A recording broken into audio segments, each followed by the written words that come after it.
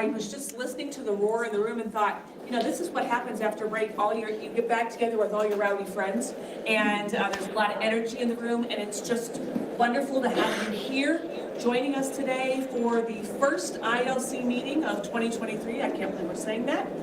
It's wonderful to have you joining us today, for those of you in the room, as well as those that are joining us online. We have a great meeting planned for today. We've got great community partners, university partners, as well as a great district spotlight. And so I'm excited to kick off the meeting today. We just have, this is kind of an overview. We have junior achievement that will be presenting today, as well as Kent State. District sharing will be Alliance City Schools. They have a team that will be sharing today. And we'll also have updates from the curriculum team, as well as SST now.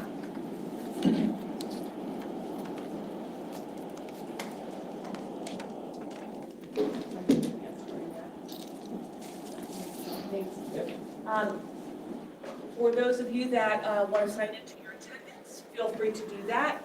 And then the slides, if you're looking for those, you can always know that it'll be a bit.ly/ILC and then the first 3 letters of the month and the date.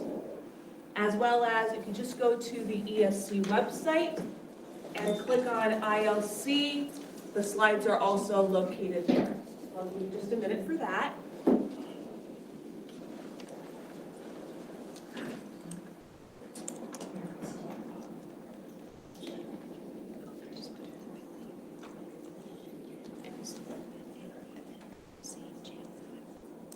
Slides are bit.ly/ILC JAN for January 5. All right. So without further ado, I'm going to turn it over right now to one of our community partners. We have Lori McCleese, the president of Junior Achievement of North Central Ohio, joining us today. And her colleague Brittney Wells, maybe she is online. Oh, okay. Okay, she'll be joining us online. We got our wires crossed, so apologies for that. But thank you guys so much for allowing us to have a few minutes today to talk about some of the exciting things happening at Junior Achievement. So I just want to make sure I know what I'm doing here. Yeah, so you actually be firing this way. So yep. Oh, we go. And the That's not screen's working here. currently. It acts like it's a little bit foggy. There we go. Okay. Well, since the last time I presented here, we've changed our logo, we've changed our vision, and just wanted to share a little bit about how we're evolving as an organization. You know, JA of North Central Ohio we cover 16 counties. We're headquartered here in Stark County. We're about to undergo a huge renovation of our office because since 2019, when I started as president, we had 7 employees. We're up to 17 now because of the growth and the demand that we've experienced. So it's an exciting time. Our new vision is to give young people the skill set and mindset to build thriving communities. This is how JA is divided in the state of Ohio. So the yellow area is the area that I oversee. There's about 330,000 students in that area, and we typically work in about 80 to 90 different districts. We're highly focused on middle and high school. And I think that's kind of been the case in Stark County for a while. Many other counties that we work in, we were doing a lot of elementary school program, but we think we're a much better value add at middle and high school. So what this means is that we're actually a global organization, but I report to a local board of directors. So we're able to make local decisions about what is best for our students, and even highly localized. So if we need to do this in Stark County and this in Richland County, we're able to do that. But we have the support of a national office. So just to kind of give you an overview. I want to talk a little bit about JA Inspire. A lot of your schools have participated in our virtual event the last 2 years. This was always meant to be an in-person event, but with COVID, we made it virtual, and it was overwhelmingly successful. We had over 80 organizations participate. We had between 6,000 and 8,000 students participate each year the past 2 years. And we still have that virtual component this year. Because we have such a big footprint, it's nice for students in Coshocton to be able to log into this and see some of the employers in Stark and Summit County rather than get on a bus. But this year, we are actually adding a live in-person event, and that is March 1st at the Center for Performance at the Hall of Fame Village. So I want to talk a little bit about that. But before I do, let me follow the slides. Brittany, do you want to take this part? Yeah. Morning, everyone.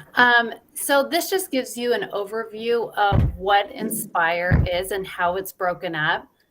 There are really 3 pieces for juniors and seniors.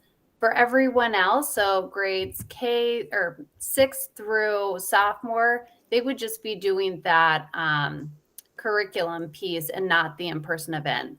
So with the curriculum, there is 6 sessions that are going to dive deep into the career exploration process, helping students to understand what the different career clusters are and then how it's broken up.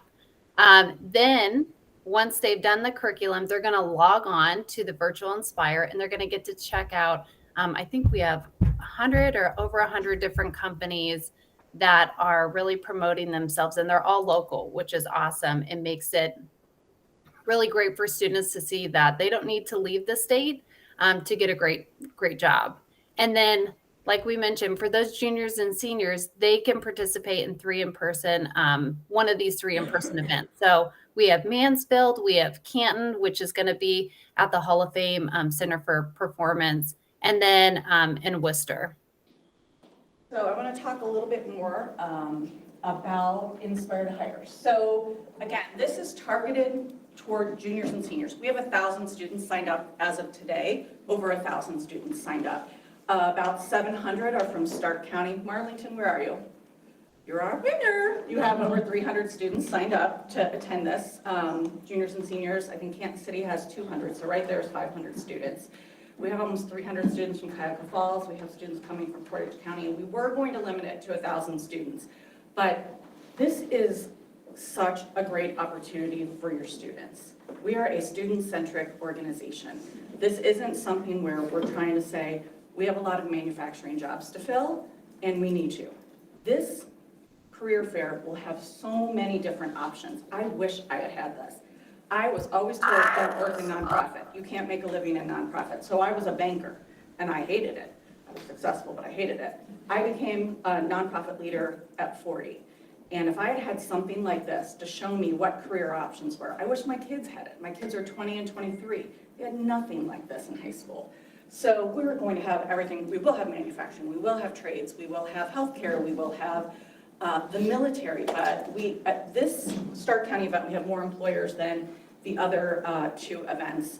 We have Goodyear, Bridgestone, First Energy, we have Altman, Akron Children's Hospital. We have a lot of global companies. We have local companies, so students can decide, do I want to work for a huge company? Do I want to work for a small company? Do I want to go into a STEM field? We also have Stark State, Kent State Stark, University of Akron, and other universities involved in this. So students can, if they decide they want to go into a particular type of career, they can then go over to the Stark State booth or another booth and figure out how they're going to pursue that. But we want every student to walk out of there and say, wow, I can do that with my life. That's what I want to do with my life. And it's not people standing at a table talking to students. It's very interactive. So I'm going to show you a video. And hopefully, okay, can you help me with this? Thank you. But this was the event at this Inspire that took place in our Toledo market earlier in 2022. So this will give you more of an overview of what we're doing. Event, we have an opportunity not just to be talent acquisition, not just to create a clear pathway for the future, but to be intentional about our interactions today. When you meet the right person, it changes everything.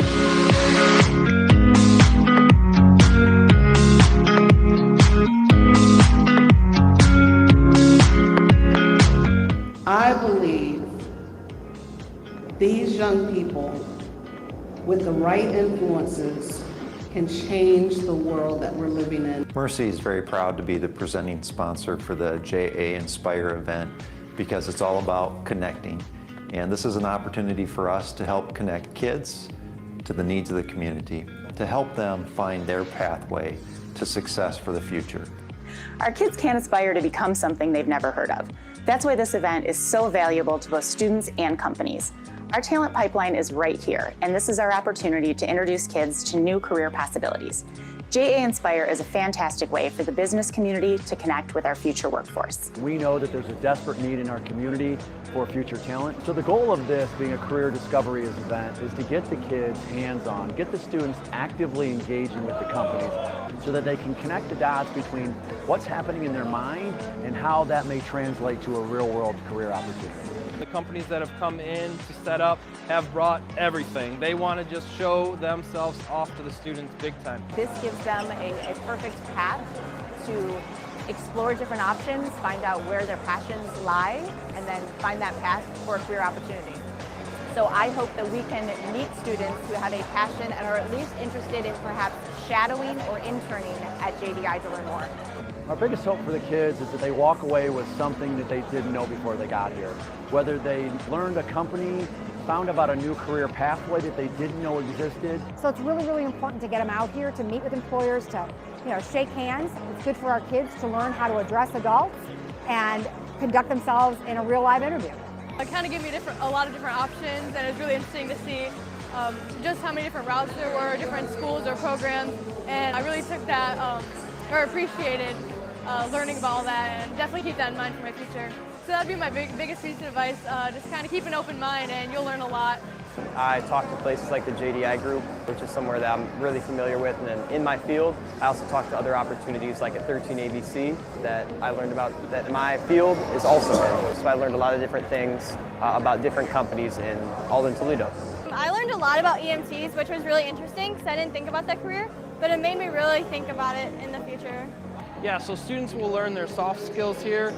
They get to interview with some companies, but at the same time, they also get to find actual job opportunities that they can move into. And we hope that those job opportunities, whether it be an internship or something more, will eventually turn into a career for them. I was walking around this morning, went past the UPS booth, kind of stepped in just to hear what they were talking about, and it wasn't about the guys in the brown truck. It was about the logistics jobs. It was about the jobs from start to finish that get the package to your door. The same is true with Mercy. We think of it as a hospital, right? It's a medical place, but there are accounting jobs there. There are marketing jobs there. All of these jobs, when we talk about real world experience, if a student never actually gets to talk to anybody that's from these employers, they won't know. Honestly, the event is just amazing. I knew it would be great, but I had no idea just how great it would be. And to see these employers and how engaged they are with our students, asking questions, pulling them in. The Toledo Edison booth was shocking, to say the least, pun intended. But I'm so impressed with the way they pulled our kids in. Just love it. Toledo Edison is actually First Energy, and they are our title sponsor, so that truck and everything you saw there will be at our event. So as you can see, very hands-on. We are working with every company right now and saying to them, what are you going to be doing with the students? We don't want just conversations happening. We want real hands-on activities. This is also an opportunity for students to potentially, after the event, get into a work-based learning experience or just a job shadow. For our partner like First Energy, we're already talking to them, and if we have students, we're going to survey them afterwards that say, I'm really interested in learning more. With you guys to try to get those students in for a job shadow as much as possible. We actually hired somebody recently who is, she is a workforce specialist. So hopefully you see by this video, it's a different type of career fair than probably you've seen in the past. And we have a huge venue at the Center for Performance. Also within the event, there's going to be different soft skills. We have what's called Pitch Perfect, where students will be able to go up and pitch about themselves for a minute. We're going to have resume building from the perspective of, we know we're going to have limited time, but we're going to give students resumes to pick which one you think is the best, find the errors. And we're actually using real resumes and blacking out names that we've received. So anyway, that is what the event is. It's basically about 2 hours. Brittany talked about the different components. Ideally, we would love your students to complete the curriculum before they come to the event. It's not critical, but it will add value for them, and here's why. At the end of the curriculum, they're gonna know who's gonna be at this event, and they can say, okay, I wanna make sure I get to this booth, this booth, this booth, and this booth, because I really liked their virtual booths. So anyway, that is JA Inspire that to hire. Questions? Yes. Can you remind me, how are the modules? How long would it take a classroom? Brittany? Yeah. So we say that it usually takes about 45 minutes. Honestly, they're very short and sweet for each session. Not meant at all to be busy work. It's very direct to the point. And then at the end of it, the students do a session. And so, or an activity, excuse me. And so most teachers, I would say, usually spend about 25 minutes or 30 minutes. You could totally turn it into a whole class period because you can add on to it. But when schools are planning it, usually what I've seen done is Monday through Thursday, they'll spend time getting into the curriculum in their homeroom or in social studies. And then on Friday, they'll spend time getting in the event. And I'll say that when I got into the virtual Inspire, I'd spend hours in it, just checking it out, auditing it. And I scratched the surface going through just some of the companies. They have videos, they have testimonies, pamphlets. We also have, other additional supplemental resources. And so it really is pretty awesome to get in there and see all the different opportunities that are in this area. And it's completely self-guided, it's web-based. I mean, there's very, very little that the classroom teacher has to do other than assign it. There's a lot of work on our back end to create logins, et cetera, for the actual virtual event. So, other questions? So this isn't just designed, we have a lot of schools that have signed up their career tech kids. I feel like the career tech kids get more of this than the other typical, the other students. So we don't want this to just be targeted at career tech students. We want this open to other students. So like I said, we've got 1,000 students signed up right now. We are going to have to cap it. So right now, like I said, Marlington and Kansas City both have, Glen Oak has some students signed up, Alliance, Jackson Lake, and Hoover. Those are mostly teachers that we work with closely in our JA company program. We wanted to make sure that our JA company students come. Basically, in order to sign up, what you need to do is there's a sign-up genius. And because we can't have 1,000 students coming at the same time. So you would sign up for a particular slot, your students arrive, they spend about 2 hours at the event, and then you leave. So that is how it works from a logistics standpoint. Now, if you look at the sign-up genius and say, wow, I really want to come at 9 o'clock, can you squeeze us in? You can call us and we'll see if we can figure it out. But spots are definitely filling up. And I just, like I said, this is such a good event for students. I'm not saying that, I'm saying that as almost like a mom. Like I said, I wish my kids had the opportunity to go through something like this. I know you guys have a lot going on, you have a lot of expectations put on you, but I really hope that you consider signing up your students. But we need you to do it soon because we're about 8 weeks out, and we need to be able to plan for the number of students. And when we're ordering drawstring bags, different types of things that we need to be able to plan for from a logistics standpoint. And last but not least, you did see some of that virtual reality technology in that video.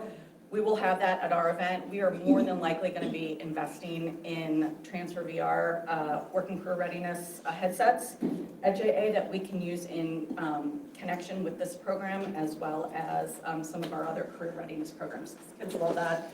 It's the future of workforce. Other questions? How are we on time? Are we done? You're good? No other questions? Okay. I'm going to skip through this a little bit. So that's our virtual event. One thing I do want to talk about really quickly is our partnership with the Ohio Farm Bureau. The Ohio Farm Bureau has had a grant opportunity out there for about 5 years to help expose kids to careers in agriculture and environmental science, which is more than somebody on a tractor. It's jobs at companies like Smuckers and agriculture is science in many, many ways. So they had never given out the $100,000 grant to an organization until 2 years ago. And they gave us the $100,000 the first year. They gave us another $50,000 this year. And we have a person working throughout the state to help expose students to careers in agriculture and environmental science. So there will be companies there like the USDA and really, really big ag companies if your students have an interest in that. And then I'm gonna let Brittney talk a little bit about our JA financial literacy that will help you satisfy the new mandate, the new unfunded mandate that the legislature passed. Yeah. So as most of you know, SB1 has passed, and like Lori mentioned, I think they gave you a $500 stipend to make that happen. We had a financial literacy program in place even before this, but we took that pre-existing program and we went through it as fast as we could once we heard this, and we made sure to put it together to where it hit all of Ohio's standards. And this program is totally free thanks to People's Bank. And we have it, I believe, in 6 or 7 different Stark County schools already. And so with this, it's a semester-long course that is shared through a Google site. It is geared towards 9th through 12th grade students. I know a lot of schools, as soon as this bill got passed, were on it and started it immediately this year, a lot of them with their 9th grade. And then the curriculum itself is very easy. I'm a previous teacher. When I got in and saw it, very easy to navigate. It's 4 themes. Each theme is broken up into 4 sessions. And then there's also a business case study. There's projects. And then at the end of the semester, students will have the chance to get in and do a virtual simulation, which is kind of like the game of life. They get to budget, get a career, and then plan how they're going to spend their money. And it's funny, if you go into certain fields, you realize, man, I can't do my 5 yoga classes a week like I wanted to. I need to do a free thing and go through a walk in the park. But it's a really cool experience, that virtual simulation, and really gives students an idea of how quick money can get spent. And they're really applying everything that they learned throughout the course into that project. And then, yeah, with that, what's nice is you get someone, a program manager like me, to come in and get you trained, get you set up. And I always give my cell phone out. I'm like, if you have any questions, if you need anything, if you get stuck on something, don't know where something is, you can call me, you can email me. I can come make a visit to you. And so it's that personal touch that really makes a difference, I feel like. So yeah, I just want to commend Brittney. She's doing more financial literacy right now in Stark County than any other JA program manager in the state. So she is probably the most knowledgeable program manager in the state in terms of this curriculum, and that's, you know, due to our partnerships in Stark County. So, and I can also tell you, I've been having conversations with many, many legislators, and I've said, you passed an unfunded mandate. You realize this is unfunded. They didn't. I don't even know that they know that it was unfunded. And we've said to them, you know, we're picking up thousands of more students now to help satisfy this mandate. So it's great curriculum. Our office took the lead in this. Our team worked really, really hard to make this user-friendly for you, free.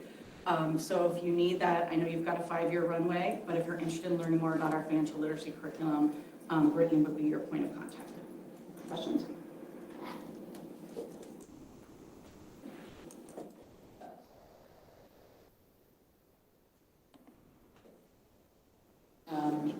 Where's Glenn Oaken here? So a testimonial from a teacher at Glen Oak that's using our curriculum right now. The JA program is great for schools and teachers who are going to be required to teach financial literacy. It's very well laid out and allows teachers leeway in how the materials are taught. This course includes actually needed to teach a semester. There's another one. JA has been very responsive. So that is something that you don't get with Dave Ramsey or whatever. You get Brittney, who will be there. She's been on site to help teachers answer questions, her cell phone. So we're lucky to have her. Any questions? Okay, well, we hope that you will call us. We really would love to have more of your students at JA Inspire. It's going to be an awesome event. Call us about financial literacy. If there's something you don't see here, we're doing a ton in the entrepreneurship space too, especially in Stark County. Let us know. And we can also get you a list of all the companies that will be on site at the Stark County event, but I believe it's over 50 now, and there's a very, very wide range of companies. Honestly, I'm not trying to play favorites, but I do think the Stark County event probably has the best representation in terms of employers that are going to be represented. What a great opportunity for students. Thank you very much. Thank Let's you. give them a round of applause. Thank you. We appreciate the work that you're doing at Junior Achievement to help districts and students providing those great opportunities that students haven't had in the past.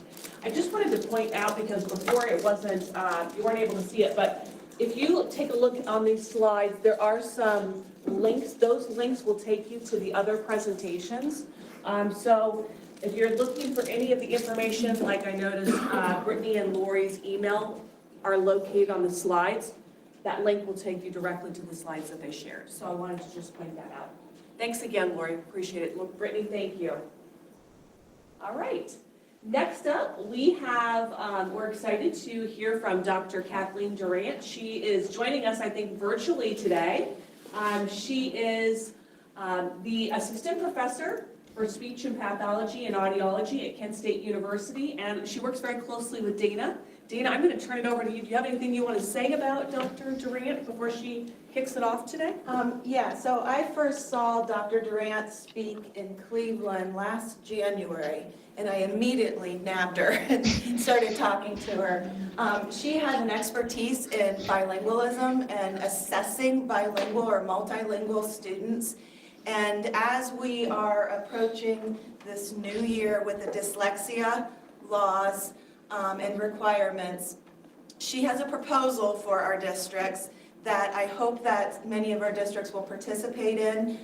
It's going to be a free opportunity for all of you to truly identify the needs of our multilingual students in that K-3 group that we have to assess.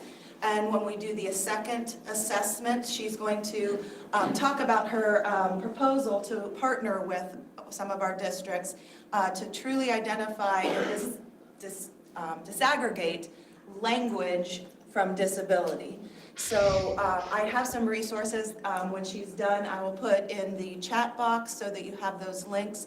And she's going to be at our Title III coordinator meeting at the end of February to talk with our Title III coordinators also. And I've also introduced the idea to our coordinators in December.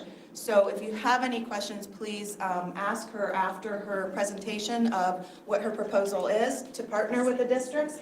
But I'm very excited. Since I saw her in January, I also nabbed her. She's been talking with Ohio TESOL and doing presentations for Ohio TESOL, and she's part of our ELSWD series that Terrell Schwick and I through SST9 have been putting on, and so she will be doing a presentation from 12:30 to 2:30 March 16th on assessing multilingual students. And so I hope that you will share that with your district staff members so that they can participate in that. That will be, of course, no cost. But I'm constantly bending her ear, and so I hope I'm hoping that this will work out for some of our districts, this partnership. So thank you, Dr. Durant.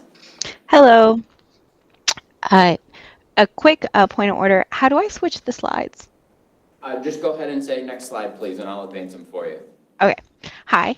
My name is Kathleen Durant. I am a speech language pathologist and an assistant professor at Kent State University.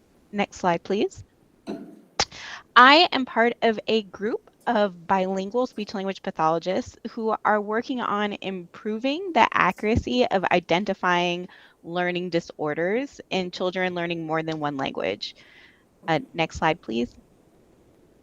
So I want to just start by setting some expectations from what we know. So across the world in education systems where we are educating children who are learning more than one language, we know that about 7% of children have difficulty with learning oral language. And these children are 5 times more likely to then go on and earn a dyslexia diagnosis. But at this stage, bilingual children are likely to be under-identified in the school system. So they're not going to get that early referral to get special education services. But when it comes time to identifying literacy disabilities, bilingual children are likely to be over-identified for services. So we kind of have a mismatch where some children should be receiving services for oral language development earlier, and that other children should be receiving services for literacy later, but it may be more appropriate in the general classroom. So we kind of got to figure out how to tease these groups apart. Next slide, please. Uh, so we have here in the United States kind of looked at the tools that are available for us for identifying dyslexia in bilingual children. And we have found that the available tools kind of as a rule over identify bilingual children. And as Dana has mentioned, I've been having conversation with educators across the state. And at the TESOL meeting, one teacher said, they have started this dyslexia screening process, and 100% of their bilingual learners were identified as at risk for dyslexia. And so we just saw with the last slide that that's not what we expect. We shouldn't expect to see 100% of bilingual children being identified. So there's probably a couple of different things going on. That the screener that the state selected is sensitive to learning opportunities. So children who have typical development but low socioeconomic status are likely to be uh, receiving positive screening results saying that they're at risk for dyslexia. And the second group that is likely to be identified that may not have dyslexia are typically developing bilingual children who are dominant in their first language. The tests that we have are more likely to identify them as having a learning disorder when they are just in the process of shifting to their second language.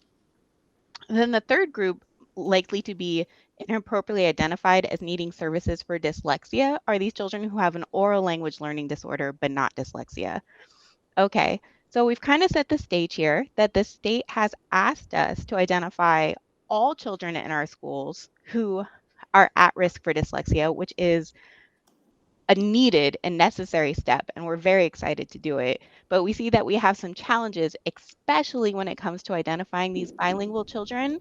And it's like, okay, well, what do we do now? We have to start in August, and what I'm proposing is that we work together and share resources to help take the group of children who are being identified as at risk and separate them out to identify the children who are most at need for services for dyslexia. So next slide, please. Okay, so taking our Ohio Dyslexia Guidebook as our framework, we are going to do some problem solving together. The main problem here is the state of Ohio has identified a dyslexia screener, but if you were to go and look for a bilingual dyslexia diagnostic assessment, like a test that your school psych or your SLP will give, there's not really a good one on the market. But this isn't because these tools don't exist. It's because publishers are unlikely to have a high profit margin with these bilingual assessments, so often choose not to publish them commercially. But there are tools available. They're in the research literature.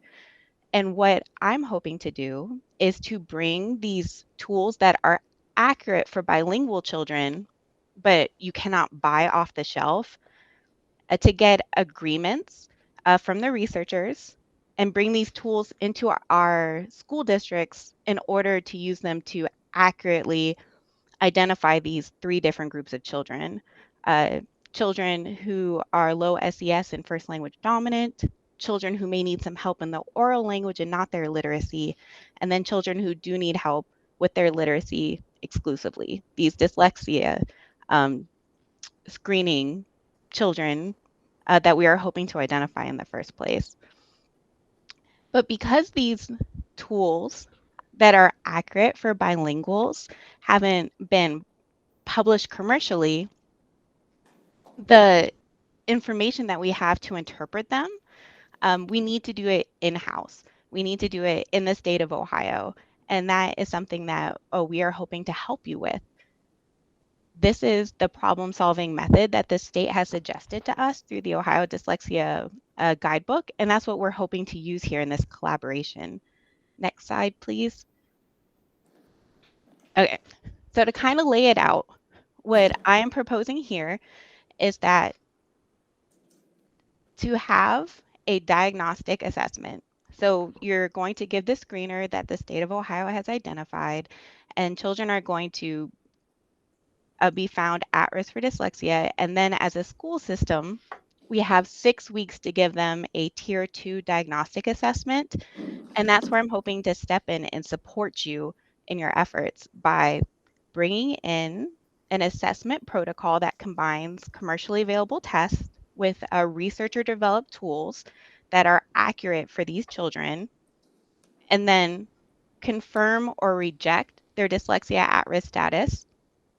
And then at the school level, take the information for your bilingual children and report them in the framework the state has asked for the local literacy plans. So not only give the children the appropriate assessments, but also at the district level, kind of find out where the children are as a larger group and be able to report that to the state as part of the local literacy plan. The area of collaboration will require identifying the children who are Spanish-English bilinguals and providing professional training. So I am willing to come in with bilingual CCC SLPs, so certified bilingual clinicians, to help support your staff by giving direct assessments, like so going in and doing that assessment process, but also providing training for your SLPs and for your school psychologists and those people on your local literacy teams in order to carry this project on, because the universal dyslexia mandate isn't going anywhere. So preparing ourselves to take this proposed assessment and kind of dial it in for your own district and your own students' needs. And the hope is at the end of the first year that we will have scores and cut points for your district to identify the children who need these different levels of support, which will result in increased accuracy and placing your bilingual students into regular and special education classrooms. At this point, does anyone have any questions? Okay, next slide, please. I just wanted to show you here with this slide that the part of the dyslexia assessment process that we're focusing on is this tier 2 diagnostic testing, and that the proposal is linked to these standards that the state has set for us, that instead of trying to confirm or deny a diagnostic category, what we're really trying to do is to identify the supports that the children need. And that is that effort of taking the group of children who are going to be identified by the screener and separating them into separate groups, and then using the tools that we have to make recommendations for differentiated teaching, focusing on their unique needs. So that's really what we're trying to accomplish here. Next slide, please. The way we're going to do that is by taking the simple view of reading that the state has adopted and adapting it for bilingual children by identifying these same underlying foundational skills that support reading and writing in English and targeting them in both languages. Next slide, please.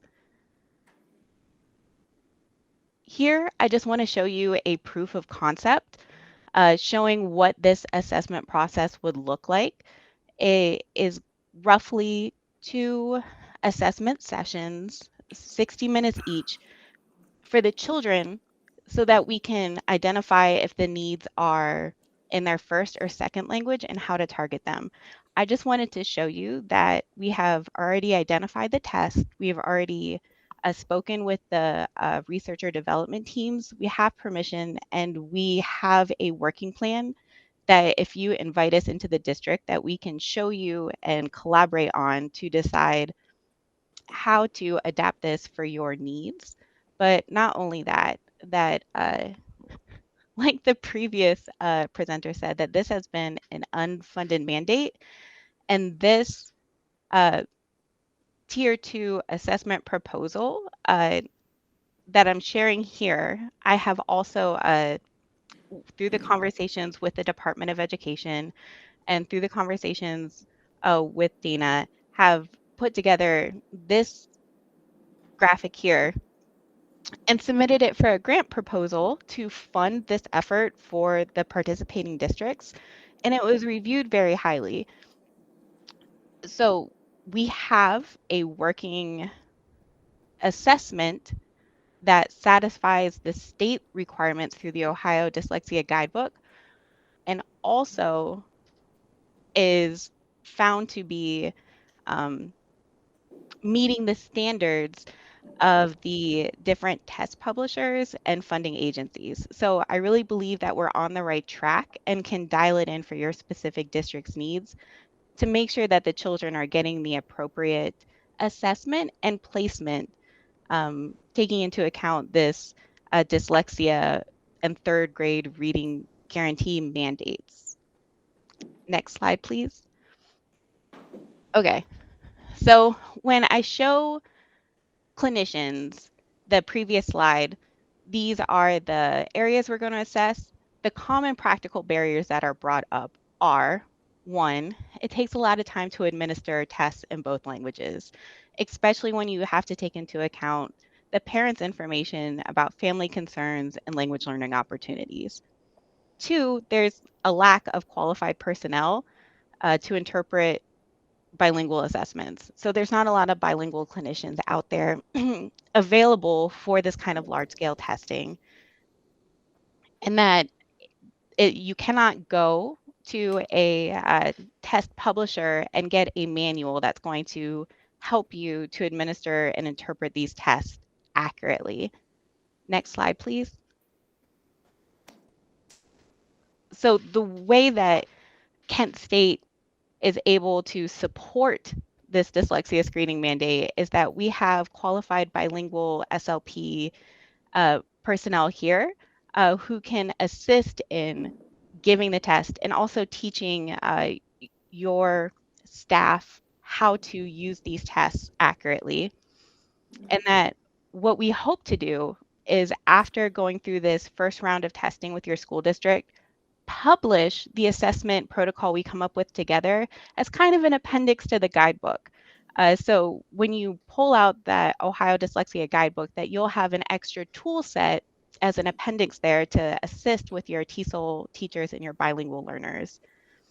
And that we are going to also help create formatted documents for presenting these results to the children, to the parents, and to the school district and the state. We have those documents ready if you would like to make a meeting and talk to us and go over it and see kind of what we're talking about and how that fits into your local literacy plan and how that fits into the planning that you already have in place for the fall. And what we ask for is assistance in contacting the Spanish-speaking families so that we can begin the process of consenting for having this assessment protocol that involves these researcher-developed tools, providing testing space for schools, and to help us create the products that are going to fit into your district's unique needs in your local literacy plans in any consortia that you're part of. So really what I'm proposing here is not recreating the wheel, but using the resources and tools that we have together at Kent State and at your local school district to create a sustainable plan to achieve the goals of the Universal Dyslexia Screening Mandate, but to also create a sustainable training program that your staff and your teachers feel comfortable working in this space of making appropriate referrals and special education decision placements for your children who are learning more than one language. Next slide, please. Okay, so here's the information, and I'm going to put it in the chat too. And what I have here is a link to a Google Drive that has laid out the different information I'm talking about and providing the supporting documents. So a rationale explaining how the Universal Dyslexia Screening Mandate is related to the bilingual assessment practices and the scope of the collaboration. I also have things like the IRB for this study, so you can see how the details are laid out and how Kent State and your district can collaborate. It's kind of the recipe, right, for how we're going to move forward in a partnership. So you have all that information available to you if you would like to look it over and then contact us to move forward with planning on how we can assist you moving into the fall.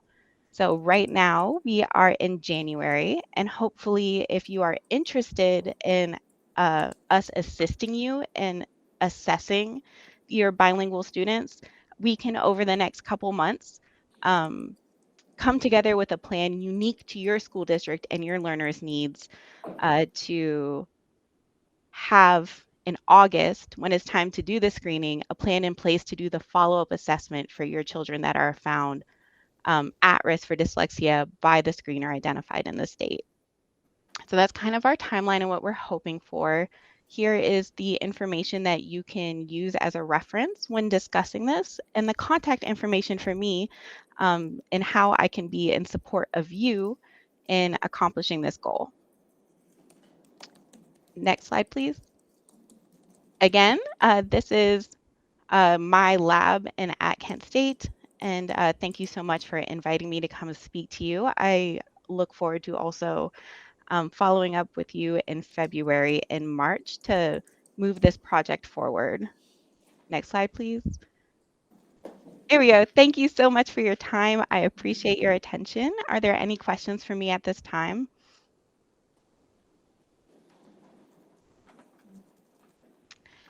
Yeah, it's a lot overall, but I wanted to say that there is support out there for identifying dyslexia in your bilingual students. Thank you, Dr. Durant. I just wanted to say that I'm super excited about this. You know, most of our districts have low number of English learners. Spanish is our dominant language in most of the districts, not all of them. But in that K-3 group, we even have smaller pool of students. So we don't all have the resources within each of our districts.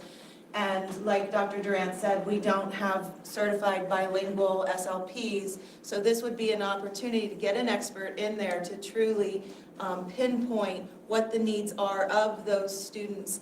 And as far as the professional development for your school psychs or SLPs, we could even do that collaboratively with whatever districts are participating or choose to participate in this. So we could offer something jointly, so it's not, you know, and this is not for, you know, we have the 18 hours of PD for your instructors and everything. This is different from that. This is more to build sustainability within your districts so that moving forward, we can become more independent and knowledgeable in assessing multilingual students and determining their needs.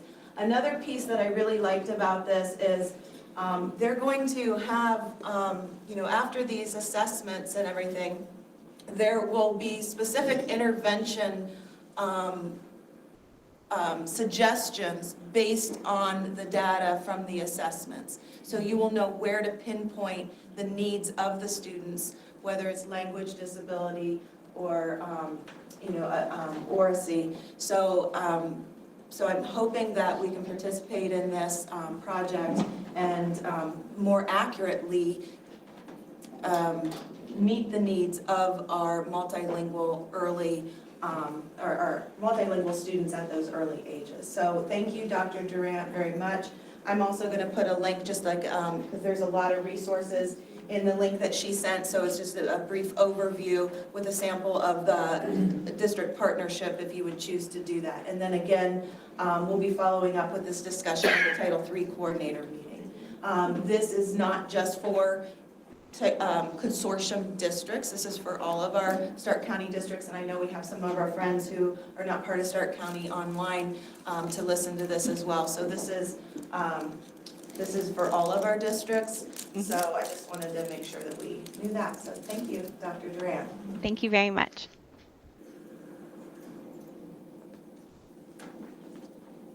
Which leads to my presentation. So again, Dr. Durant is part of our English Learner Students with Disabilities series, and she will be doing a presentation on March 16th. So I highly recommend that you share that information with your school psychologists, your SLPs, your EL staff, intervention staff, and so hopefully we'll learn more there also. Just some updates, a couple webinars. I'm starting from the bottom up since I started with Dr. Durant. So a couple updates. There's a couple webinars coming on, coming here next week. So we have ODE with Cambion doing an OALPA training. So if you have staff members who are administering the OALPA who have never administered it before, they should participate in this free webinar for training. And it will be more technical with Cambion doing the technical presentation.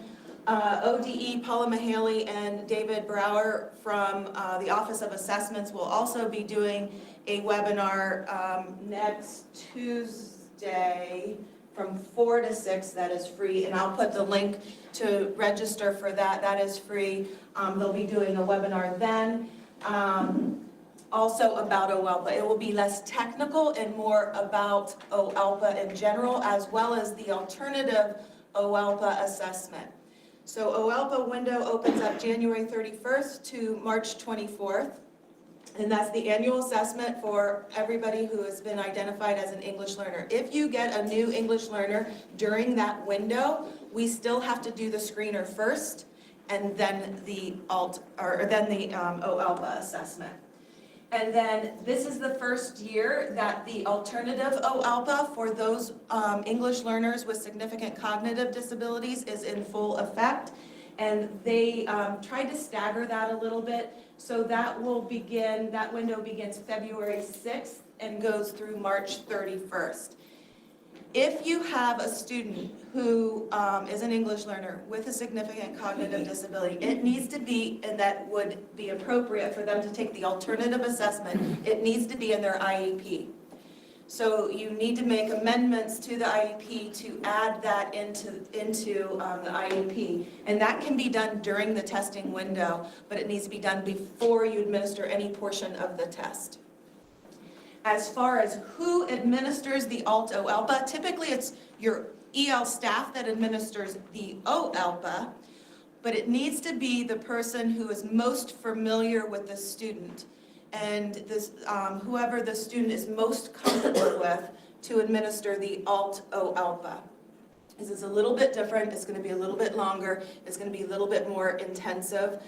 You will be able to print on demand. So if they're not able to do a question electronically, you can print that up, but the printer needs to be in that room because it is test security. So you want to administer this assessment somewhere where there's a printer nearby because of test security. So just keep those pieces in mind. Also, January 1, this is when our OALPs for kindergarten students, it's changed where it's OALP K. And you don't need to do anything different if you get new kindergartners that you need to screen for EL status. You don't need to do anything different in TIDE or anything. It's just different criterion for proficiency because we're halfway through the year now. But in June, if you get new English learners in June, you will have to choose between the BK and the K. So if they are newly enrolled in your district in kindergarten, we can talk about that later, and I'll talk to your Title III coordinators, then you would choose the kindergarten. But if you're screening for the following school year, your rising kindergartners, you would choose the BK. So just a little bit about that. And I know the ACT assessments are coming up. You need to register for the EL accommodations in advance. So that's just a reminder for that. And you can just Google ACT EL accommodations and that should come up. So those are just a couple reminders. Any questions? Okay, thank you. Thanks, Dina. All right. At this time, we are excited to hear from our we're clicking over. Okay. We're excited to hear from Alliance City Schools. We have a whole team here today. I'm going to turn it over to Michelle Boulderson, Director of Elementary Education, and Sean Jackson, Director of Secondary Education, and they will introduce their team. And again, if you're interested in looking through their slides, the link on the bottom right-hand side will kind of walk you through what they're going to be sharing. So I'll turn it over to you. Thanks. Okay. Yeah, sure. Hey, we're here, excited to be here and talk to you about our instructional round.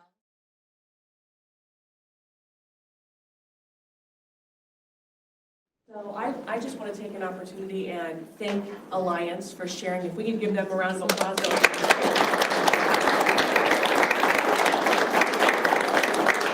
I think that hearing from the team, you know, that process of going through this as an external and internal facilitator, I think that that unique perspective is probably very beneficial, having gone through it in your own building, then serving in other districts and going through that process.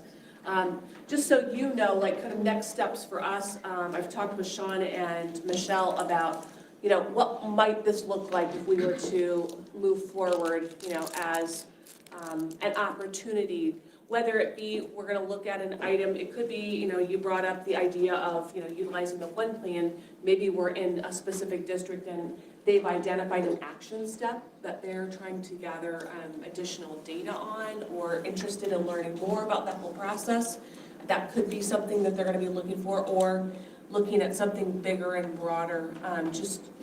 I think the biggest thing, as I was listening to you share the information, going into classrooms, each person having a specific lens, whether it be we're looking for student actions, we're looking for teacher actions, we're looking for the task, we're looking for the content, and then that overarching, you know, other feedback. I think that would be incredibly beneficial for us to consider as we kind of move forward with this work. But again, thank you for sharing that whole process. I know we're going to be leaning into you a little bit more, and we've kind of talked through that. So we'll continue that dialogue. Just wanted you to know kind of what's coming, you know, foreshadowing into the future here.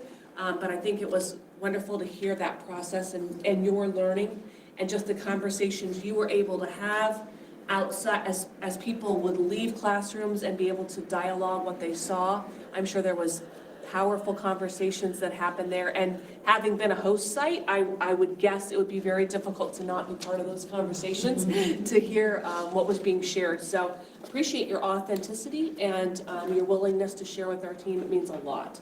At this time, we're going to take a 10-minute break. So grab some snacks in the back. There is coffee. All right. We're ready for math updates. So if you could head on back to your seats. Grab that cup of coffee. Make yourself at home. I turn it over to Chris Farrell. Good morning, everybody. I had one thing originally planned, and then at 7:56 this morning, ODE sent an email. Just wanted to let you know that the application window, if you are interested in applying for either the data science foundations or the discrete math and computer science high school pathway courses, they have extended those deadlines through January 31st. I almost said July. Whew. So if you're not sure whether you want to participate or not, they do have a virtual meetup, which you can see there is on January 11th. This is just a screenshot, but I put the link to that, I think, in the notes section. So if you are interested in the link for the meetup, you can do that. And those I copied and pasted, so those links on the left-hand side are accurate. So I just wanted to let you know there's not much coming from ODE around math except for the high school pathways information, so keep that. And then Levon and I really have been working a lot with fluency with our ACE representatives. So if you would allow me to take about 5 minutes to talk about fluency and how this can benefit our students. Oops.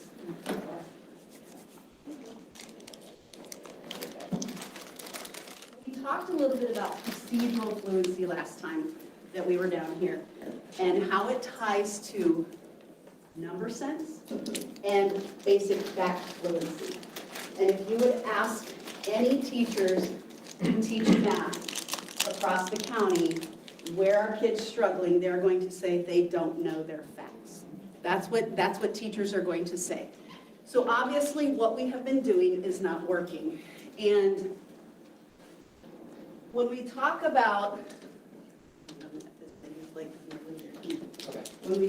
procedural fluency, we know there are 4 parts to this definition for math, and that is flexibility, accuracy, efficiency, and then choosing appropriate strategies. And so when we think about, yes, this is for procedural fluency, for carrying out procedures, knowing what to do, how does that then apply to fact fluency?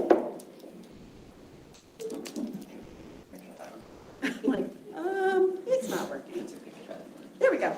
All right, so when we talk about basic fact fluency, how do these 4 aspects or components of the definition of procedural fluency affect basic facts? So when you think about being flexible, do we all want kids to be automatic with their basic facts? Of course we do, okay? But if they don't have them memorized, what do? Do they just not do it? Well, that's not an option. So we need to make sure that they have different strategies that they can rely on that develop from that number sense so that the facts become automatic, okay?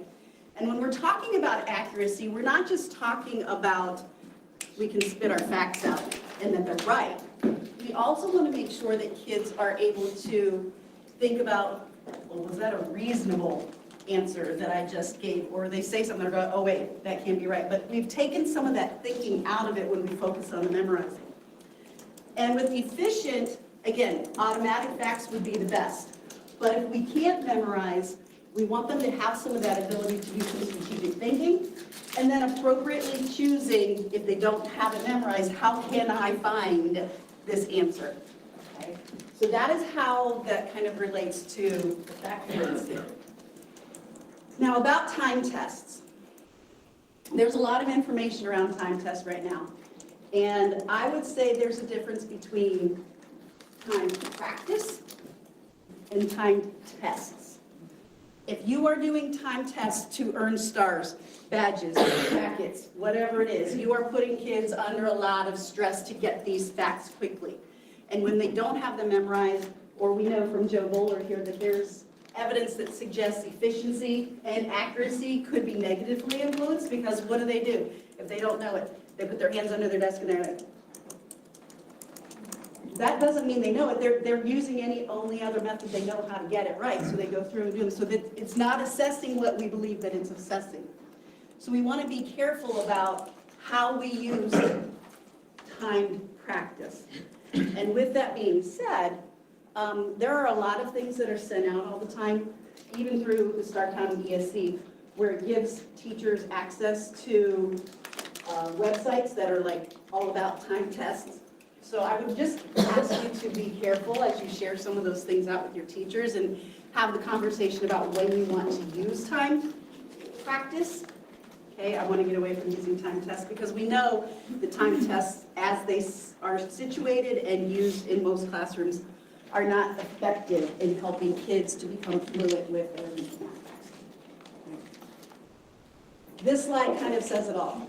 If all we're doing is asking kids to memorize facts, what we have done is taken their thinking away from them.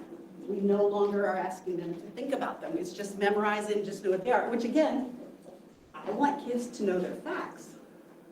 But if we only stress just memorize what they are, we don't tie it to number sense, we don't tie it to making relationships between numbers, then kids don't learn to think anymore. And I have a story to share with you about something that happened to me about, between 3 or 4 weeks ago. I was cooking dinner, soup in the crock pot, and I thought, I'm gonna go run and get a French baguette from Panera. I never do that, but I'm like, soup, bread, sounds great.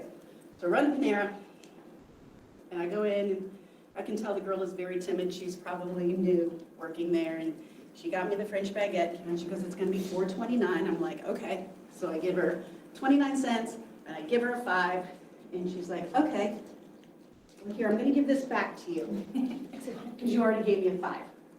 And I went, you know, it already typed it in to the register, so now she doesn't know what to do, because I'm like, oh, no, I wanted $1 back, so it was $4.29, I gave you $5.29, I just wanted $1, and she's like, and she looks at her manager, and the manager's like, and at this point, I'm like, okay, currently I work with teachers on helping students build number sense, and I'm thinking, I want to have a lesson right now. I want to practice skip counting by 100, starting at like 13 or 29, 129, 229, 329, 4. But I'm like, I was like, we don't think anymore because we've memorized it or we put it into the computer, and that happens everywhere. And I wasn't angry, I wasn't mad, I was sad. I'm like, why is this currently happening? I don't understand because we focus so much on memorization, that ability to think around it has been lost. Now, I would have understood it if I would have given her like 4 pennies because I wanted quarters back. That was a little more interesting, but I was like, 4.29, 5.29, 4.29, 4.29. And I even said it to her like twice, and she was, I thought, you need a lesson here. So I just thought, the work that we're doing, memorization so much, and here's a fluency fallacy that kind of fits into that, and that is that once learned, the standard algorithm is always the best choice. And for many of us, that's what we used because that's what we were taught. We weren't taught to think. But here's the actual truth. When teaching algorithms, which are important, I'm not up here saying don't teach algorithms because they're important. For some problems, that's the best choice. Okay, but we have to think about 2 different things. First, accuracy in following the steps in the procedure or the algorithm, and accuracy in getting the right answer. And when we say standard algorithm here, I'm going to do a little promo for my friend Dana over here. Standard algorithms are not always standard, just so you know. With our multilingual students, many times they have learned different ways in their culture to use an algorithm. So just wanted to throw that out there to be careful as well. And decimals are sometimes commas in other places too. So think about how that would mess with your mind if instead of a decimal they used a comma. So standard algorithms aren't always standard. We need to make sure we're using them accurately. But the second part of teaching standard algorithms is teaching students to know when they're the most efficient to use and when they are not. Okay, so that's the twofold part there. So if you will indulge me one more time, we're going to do kind of another little number talk. So I want you to think about this problem. And if you were in a 3rd grade classroom, how would you as a student solve this problem? And I'm hoping our current 3rd graders would think about it a little differently than we did when we were in third grade. But maybe not all. Okay, so how would you do this problem? And again, I'm going to ask you, if you couldn't use the standard algorithm, or what we consider the traditional algorithm, how would you solve this problem? So I'm going to wait for like 30 seconds.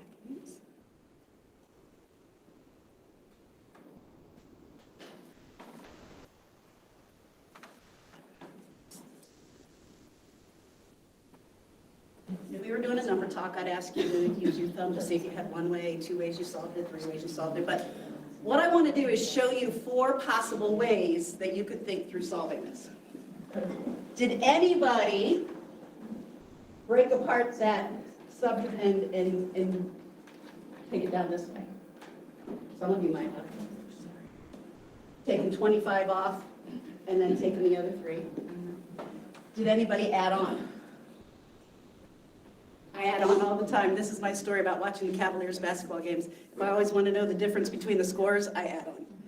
How many to get to the next number and then what's the difference? That's just my go-to. Okay? This one right here, same difference. Your middle school teachers will appreciate any time that somebody says subtraction is the difference between 2 numbers. So if they're on a number line, you can shift them either way and the distance between them stays the same. So you could just shift this up and do 67 minus 30. And then there's compensation, which I know a lot of people use. Take 30 away, which we knew is too many, and so you can add it back on. Okay? Lots of ways to think about it. So if a kid gets stuck in the procedure of regrouping, borrowing, which is it really borrowed? Because you kind of like give it to it. You don't really borrow it. It's gone once it enters. Okay? So then think about, if kids can do this, think about this problem. Or what if it was 1,003 minus 97? Think about all the regrouping the kids would have to do with the standard algorithm. And how much more simpler and efficient is it to use a different method for that? Okay? So, coming back to our idea of procedural fluency based on number sense and basic fact fluency, it really is about knowing both strategies and algorithms and knowing when it is most efficient to use which one. So they have to be flexible in their thinking to be accurate and efficient in choosing appropriate strategy. So I will leave you with this quote from Sean Bilak, who is the president-elect of Dartmouth College. She is also a cognitive scientist and an author of a couple different books, one called Choke, about why people don't perform well under pressure and what's happening in the brain. So I thought it was very interesting in that it's not about either or, but you learn through practice. And so if you're not able to get there one way, you can probably get there another way. And that's our big idea around fluency. Thanks, Chris. So thanks for indulging me, and all yours, Brian. All right. Okay, so I'm going to talk a little bit about the 3rd grade ELA test that was released right before we went on break. So I know a few of us that did it online, we got ours back a little bit earlier, and then I think the week that right before we went, that's where the paper tests were released. So the first thing that I want to talk about with this is the item analysis is coming. I'm going to share that with you in a second. As I was sitting down and looking at it, I thought I was doing something wrong because everything was matching up. So when I reached out and I asked about it, I said, am I doing something wrong to my ODE contacts? They're like, no, that was a reprint of the 21 text. So as you're looking at it, you'll notice that all the numbers match up. The one thing that they did say changed was the reading prompt was different. So the passage was the same, but the prompt that they asked them to write about exact same question number, but it was a different prompt there.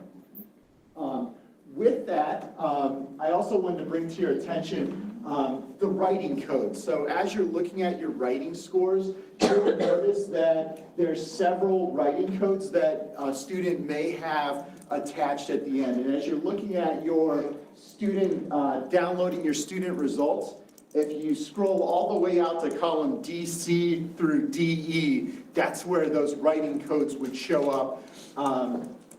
With that, these are all the options that you can have. Now that blank one down at the bottom, it is not listed as a possibility on the ODE reports and the testing layout there. However, I noticed it as I was looking at data. There was some that had no information there. The two at the top, I wasn't able to find. So that doesn't mean that in your district that you won't see those, but I didn't see them in the districts that I was looking at. So blank response, I don't know if it changed and they just leave it blank now, but that's the one thing that I'm not sure of. And the foreign language response as well there, I just didn't see that. So you may come across that. The one thing that we noticed as we were looking at these is if you had one of those codes listed, you may have the exact same raw score, but your scaled score was different. Okay, so I put a little example down here at the bottom. You can see that these two tests, they both had a score of 12 for their raw score on it, but this student had NO for their description, so they didn't get any points for their writing, and the NO is not enough original text. That student ended up with a higher scaled score there. Okay, so I double checked on that. I said, he explained this to me, and they said, this is correct. The scores are correct. There's not a mistake there. They're working on drafting some documents or a description of what's going on there. But that is what's happening. And that's why you could see a discrepancy there. And they're going to put out some information soon, is what they said. So we're looking forward to seeing that, getting a better explanation. But as you look closer, you could see that. All right.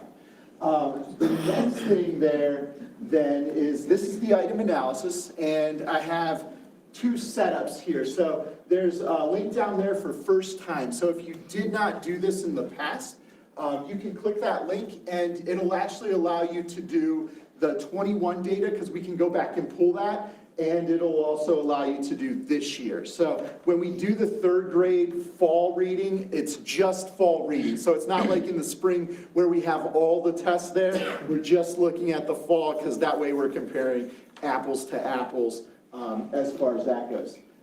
If you've done this before, if I've helped you out with this before, what we're going to look at is the additional year. And for that one, then you can do the new year, but then instead of having to pull the data from 21, you can just paste in the link from before. So it's very similar to what we do in the spring. It's just for the fall test here. Just to give you guys a little idea of what the difference is here, if you're doing the one that says first time doing it, you're going to notice that there's two tabs here where you paste your data in. There's one for 22, there's one for 21. If you're doing an additional year, you'll see that there's only space to put in the current year data there.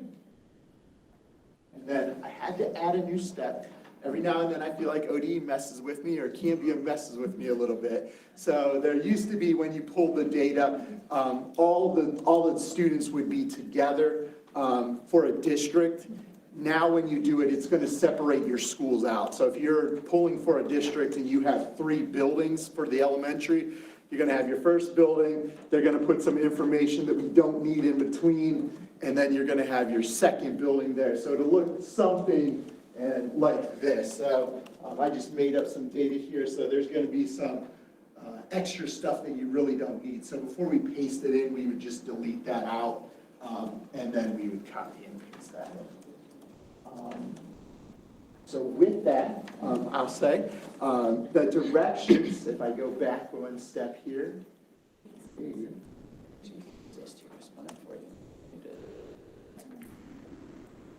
so when you do take a copy of these first time and the additional year, you're going to have your steps or your directions right there on that first tab. So it'll kind of walk you through. If you need any help, if you need some assistance, just shoot me an email. give me a call. I'm happy to help with you. The one thing that I will say about many of us have done the additional year, but you may not have done a separate one for your individual building. So if you're one of those districts that has 3 or 4 elementaries, you maybe haven't done it for an individual building. So in that case, for an individual building, you might want to do the first time there. Or for a teacher, if they're really interested in doing something like that, they could use the first time because they probably haven't done it like that before. Okay. So that's all I have. All right, so first things first, I'm gonna apologize. Last night I went to the Cavs game and I blew my voice out, so if you watched, you'll probably understand why. But I have so many fun things to share with you today. The first of which is a couple conferences that have their like registration windows, the like early registration, you know, those early pricing deals. Those are expiring here at the end of January, so I wanted to bring them back on your radar. The first of which is OETC. In their own words, they are under new management. So bringing it back in person, the leadership group is different from what it was previously, and should be a really exciting time. That's in Columbus at the Greater Columbus Convention Center. People from all over the state, from out of state, lots of wonderful things to share. That registration window for that early pricing, what they are now calling like standard pricing, ends on January 31st. So you'll look for that price hike after that. So if you're interested in going, that's in February, make sure that you are getting that standard pricing. Second, one of my favorites coming out of Cuyahoga Falls, this is the Neotech Conference. So Northeast Ohio nerds like myself, we all descend upon NeoNet, which is kind of like Spark for that area. They have a conference totally free. The big thing that I want you to pay attention to is the new conference themes for this year. You know, in the past couple of years, obviously we've been hybrid or we've been fully remote, and I think they've done a really good job of embracing those themes. And so there's a link down there at the bottom that you can check out, all of the things that are happening with that conference. Registration is not quite open yet, but again, it's free, so you don't have to run for that one as much. And then lastly, the Ohio Google Summit, that is heading back to Kalahari. This is hybrid, so the way that they structure this is you can come in person, it's 2 days, it's wonderful, tons of fun. Kalahari, obviously, water park amenities, Cedar Point's right there, and at that time it should be open, so really fun opportunity. But they also ask all presenters to submit videos ahead of time. So yes, like I will be presenting in person, but like if you just want to watch my video and not actually like follow along in person, it'll be there for you as well. This does have a fee, but they have a price break. So if you were to send a team of 4 or more, they give you an additional 10% off of sending that team. If you want to learn more, there's a link down there at the bottom. Now, what I will say is for all 3 of these conferences and pretty much all the ones that I share with you, if you present or if you have a teacher that is interested in going, have them submit a proposal. For all 3 of these, if you are a presenter, you get in for free. That is free PD. I understand like Sandusky's hour and a half, hour 45, depending on how fast you're driving. Obviously, I said hour and a half first because you know how quickly I'm getting there. But these are day trips, right? Columbus, 2 hours. You don't necessarily need to pay for someone's lodging to get really great PD, right? Go down, present a session. This is, for most of these, they give you a 45-minute to an hour-long window to do your presentation. It does not have to be earth-shattering. One of the things that I really like, especially here about the Google conference, is they have a completely new track where it's for like what they call like advanced users. So there's a little something for everybody. There's, introductory people, there's, our advanced users. Just because it may seem old hat to you doesn't mean that it is something that everybody knows. So, like I said, if you know people in your district who are interested, always have them submit a proposal. The worst thing that happens is they say no, and then you pay the early bird fee. So, really, really great conferences to be a part of. Since I was not with you in November, I have two things to add to your technology tool belt. The first of which, I had a teacher reach out and say like, hey, I really want my students to kind of understand, not necessarily like financial literacy as a whole, but like, I just want them to understand that like, this is a checkbook and this is a bank account. And money comes in and money goes out. And you know, for these middle school students, I want things that are real in our community. So what I did, I hopped on Canva, which you've heard me talk about before, and I created all these activity cards. So if you click the link down there at the bottom, it says Financial Fun Activity Deck. It's gonna take you to Canva, and it's gonna show you that whole deck. There are things from all over the place. The teacher that reached out is from Perry. That's where I live too, so I kind of knew some of the restaurants that were available to them. You know, some of the community things, like you'll see Stark Parks. This, that fun run that I made up happened at SIPO. That's a local park that students in Perry local schools are going to know. So I say all this to say this is easily customizable. So if you're interested in having something more specific, let me know. We can talk about you know, how we can customize these to fit your specific region as well. There's a ton of Belton Village in here. Tons of you know, like bigger things, so like the Akron Zoo has some different items. But what was really important to me was, if you look down in the bottom right-hand corner, every kid was getting a paycheck. So the teacher, you know, wanted, you know, realistic jobs at realistic rates that these students, like I said, middle school, early high school, might be able to go out into their community and get. So I have like Aldi, I have the local coffee shop, I have, I'm trying to think of a couple others. They're, you know, like department stores. And they are real rates. So like, I actually contacted these people, I found them on their website. Like, this is what a student, a starting out person would actually make in these places. So really fun activity, engaging opportunity for kids. Like I said, you treat this kind of like a deck of cards. So, you know, you can randomly assign them out to kids. You can do this completely digitally if you want to. I envision this as an in-person activity. I think it's much more fun, and I think my math friends will agree, like bringing kids back into the real world, especially to do things like math, is important at this moment. Yes, a robot is gonna control all of our bank accounts and we can do all that online, that's great. But understanding those ins and outs and the transactional nature of what's happening here at this deck, I think are really important. So that's Tech Tool Belt 1. The second thing, happened upon this a couple weeks ago, this is the text chat animator. So if you wanted to have students have conversations between characters, if you wanted to demonstrate something happening between 1 to up to 4 different people in a text conversation, you could use text chat animator. So I know that there are a bunch out there. What I really like about this is that it will export your text thread as either a video or a GIF, or GIF. How many people are GIF people? Raise your hand if you're a GIF person. Raise your hand if you're a GIF person. You are wrong. Congratulations. So, I don't care what the creator said, he's wrong too. So, text chat animator is really, really simple to use. I'm gonna pull it up here so that I can show you. But what's fun about this is, like I said, you're reading a novel, and you want kids to, you know, bring people into, or modernize a classic text, right?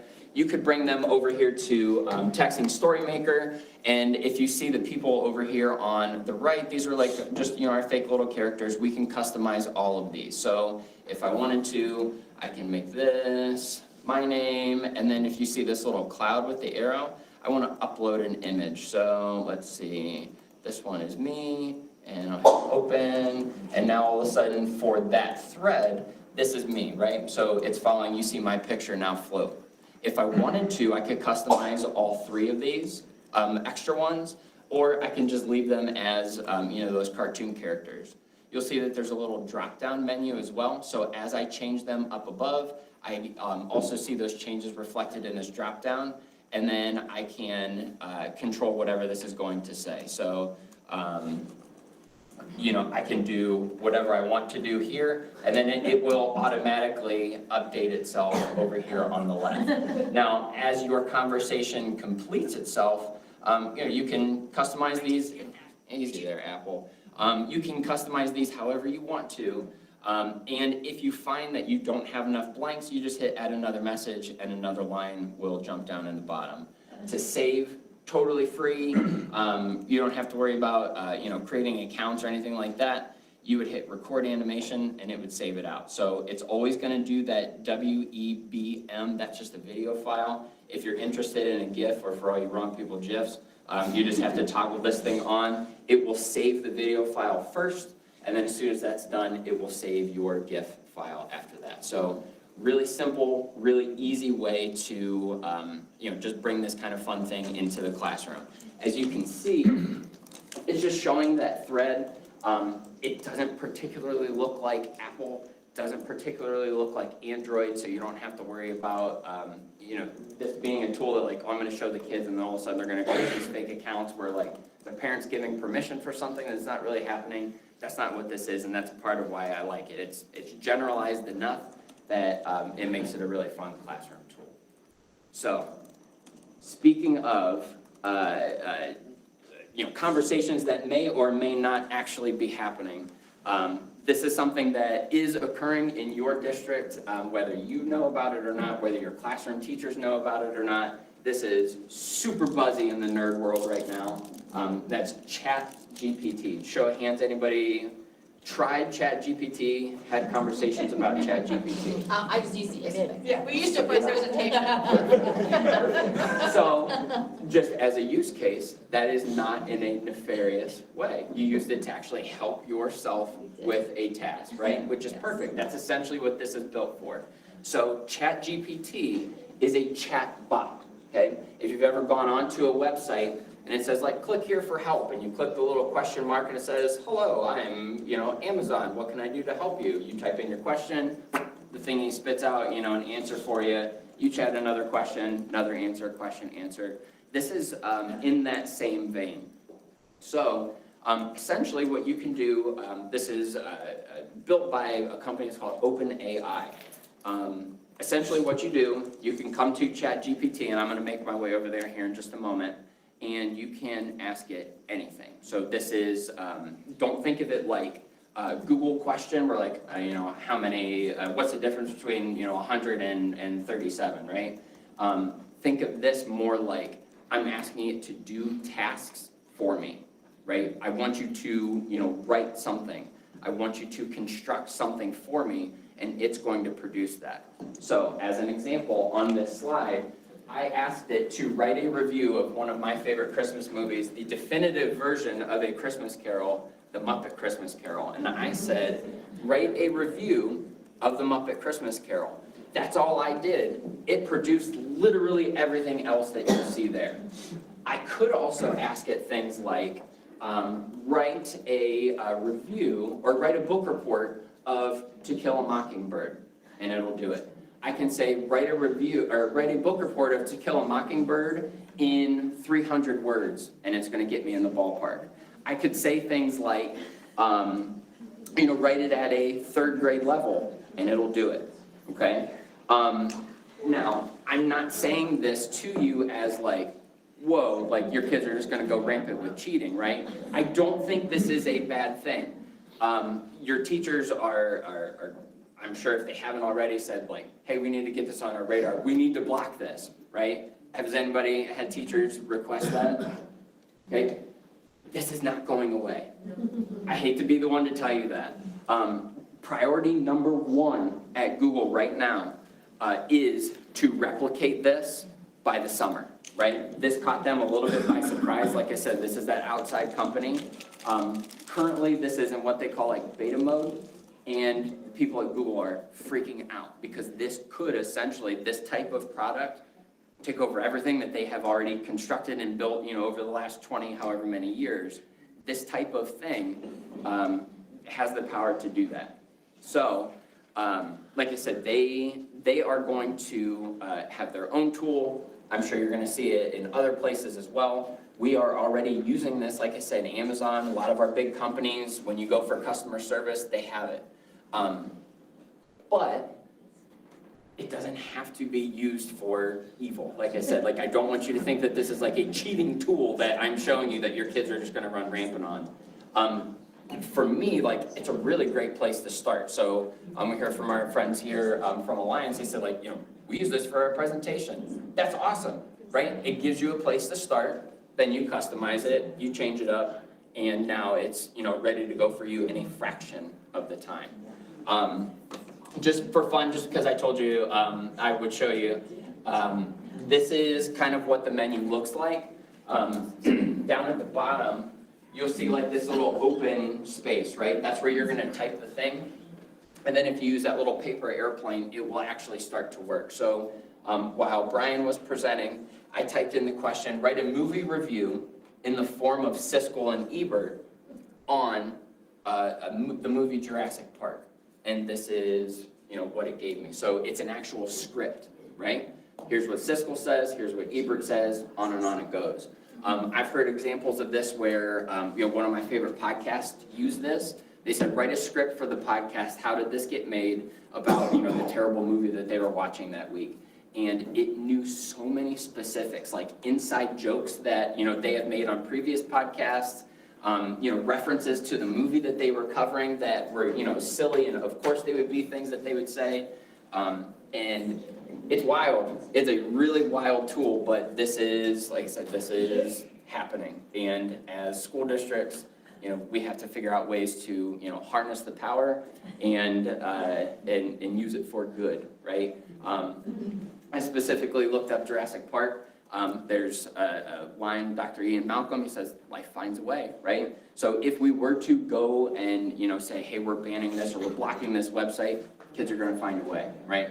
Our kids are always one step ahead of us. No matter how much we try to get in front of them, life finds a way. Questions, conversations, ChatGPT? Yes. What's really neat is that my brother, he's in like an engineer and stuff, and so he told me about this over Christmas break, and he was able to build multiple websites in a drop of a dime with this, because it writes code, and you can have it exclude things. I was just sitting there watching, and I'm like, well, you can do it because you've got that brain, right? You've got that mindset, you know. Then I started toying around with it. I was floored. Like, I am not that type of person, but we were able to build presentations and all sorts of stuff, so. I'm really glad that you brought that up. I forgot to mention here at the bottom in red is a list of use cases. That is absolutely one. So it can write all the code for you from scratch. You could put in like incorrect code and say like, hey, what's wrong with this? And it'll solve it for you and spit it back out. I was talking to Brian about this because we do a lot of spreadsheets, and I was like, you know, instead of like trying to think of like, okay, I need to reference this and reference this, like you can just ask it and boom, it's done. Right, so really, really cool. Thank you for bringing that up, I appreciate it. Yes? I wrote a country music song about our new puppy. Sing it. Prove it.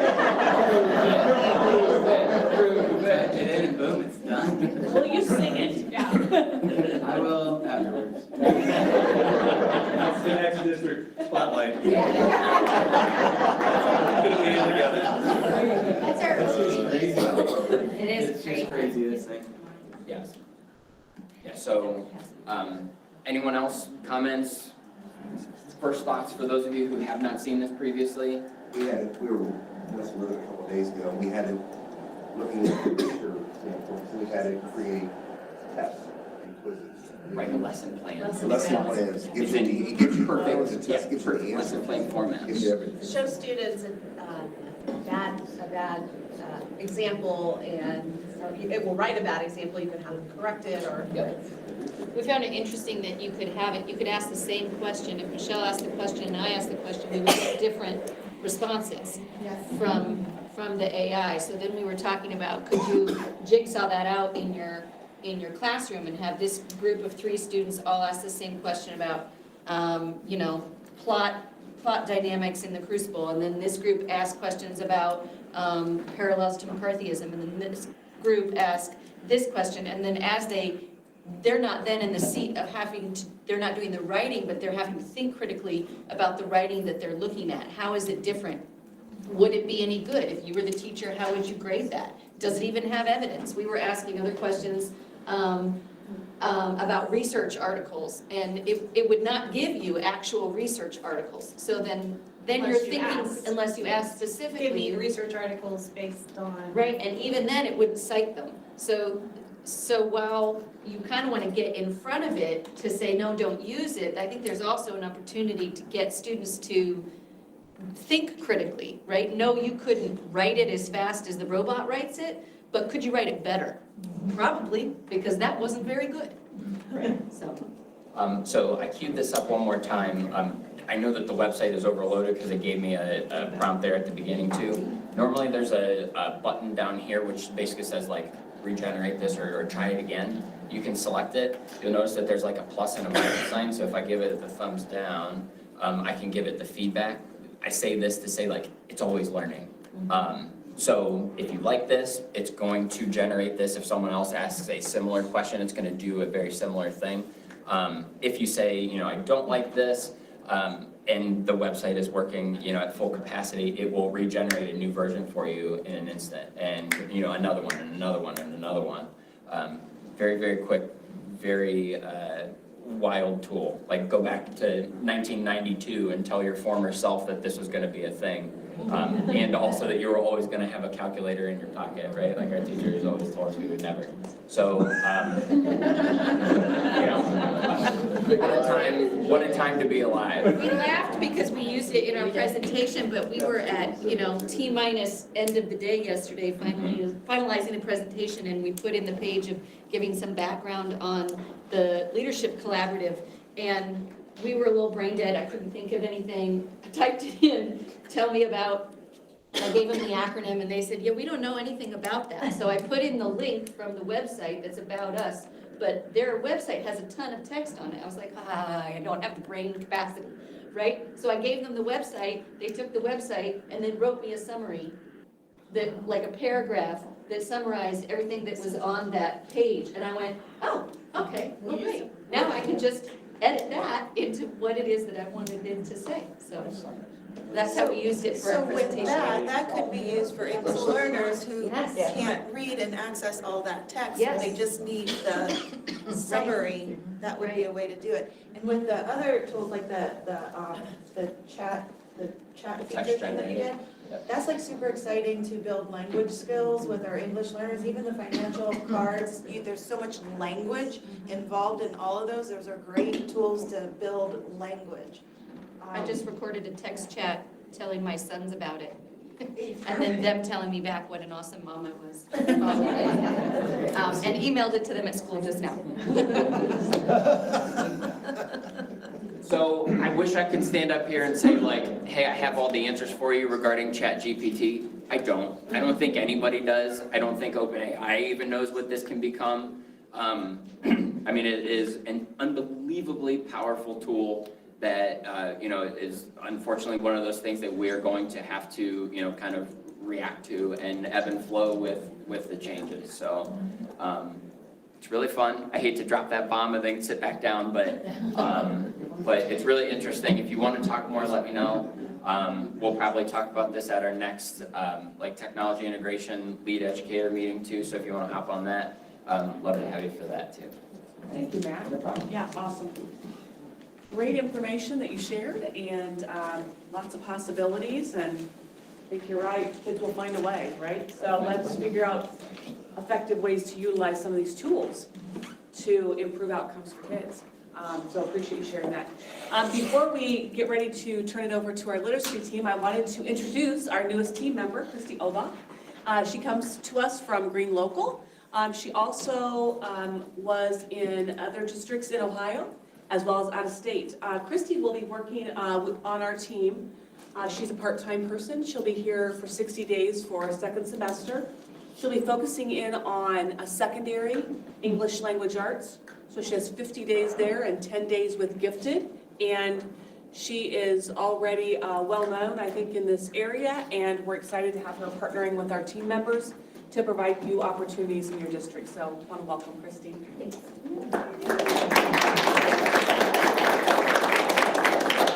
Next up, I'd like to turn it over to our literacy folks, Amanda and Janelle. As we're making our way down, do you want to say anything? I'm very excited to be here, and my focus is secondary, so I'll be the bridge between what Amanda and Janelle have been working on. So very excited to be starting that. So we will start with some updates, of course, around dyslexia and the training that we talked about last at our CD meeting that's available now in the learning management system. We are working, we're close to being done, on, if you recall, if you were a part of the CD meeting, we talked about creating a document that had some guiding questions with some talking points to help support you all in your districts as your teachers are engaging in completing those modules. And so we've been working vigorously on getting those things compiled for you, and we are very close to being finished, and we'll get them out to you soon. I know a couple people have reached out inquiring about those as you have professional development days coming up in your districts. So yeah, we'll probably send an email once that's completed, but I think it might also make sense, we'll just come in here and link it as well, so it's in this presentation where we're talking about it today as well. we're trying to keep it as user-friendly as possible, but it's been a little tricky to try to capture things that would be supportive and yet not overwhelming. With that, we are proceeding with facilitation days here at the county. You should have received an email. I know it was a crazy time prior to heading into your breaks. But we will be hosting those days on January 24th and 25th. Those are obviously optional for you. They are set up in half-day fashions on both days. So 8 to 11 is the morning session. 12:30 to 3:30 is the afternoon session to try to help districts out in travel time and lunches and things like that. So if you are interested in sending people, we just ask that you complete the registration. It's really just a sheet. We send it to your curriculum directors in your districts that expressed interest perhaps in attending some type of facilitation. And we just ask, we really were hoping for those to be completed before you went on break, but we understand that things happen. So if you are sending people, we just ask that you try to do that quickly so we can begin to prepare and think about number of participants and make sure we have spaces secured and everything set to go for that. Questions about that? Yeah. For those dates, are we to have those modules done ahead of time then before we go to that date? Yeah, so this would be just 1 through 4, preferably. It's not a requirement, but if your teachers have that information completed ahead of time, it will be nice. It will be, they'll have some background knowledge that they're bringing to us, but if they don't, they don't, and they still can certainly attend, so. Yeah, during those days with us, we're really going to be focused on application and, applying the knowledge that they're learning in the modules. So that's one of the reasons why it is preferred, but certainly we can work with that, with whatever.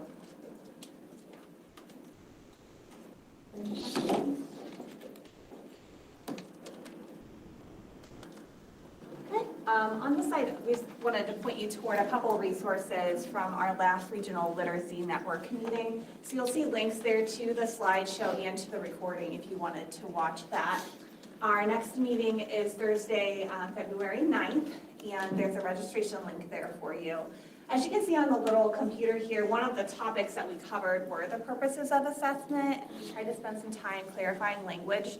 We know it can get a little confusing because we use terms kind of interchangeably, diagnostics and screening, and now we have tier 1 screeners and tier 2 screeners, and so we walk through what each of those terms mean in this presentation and the kinds of assessments that we're talking about.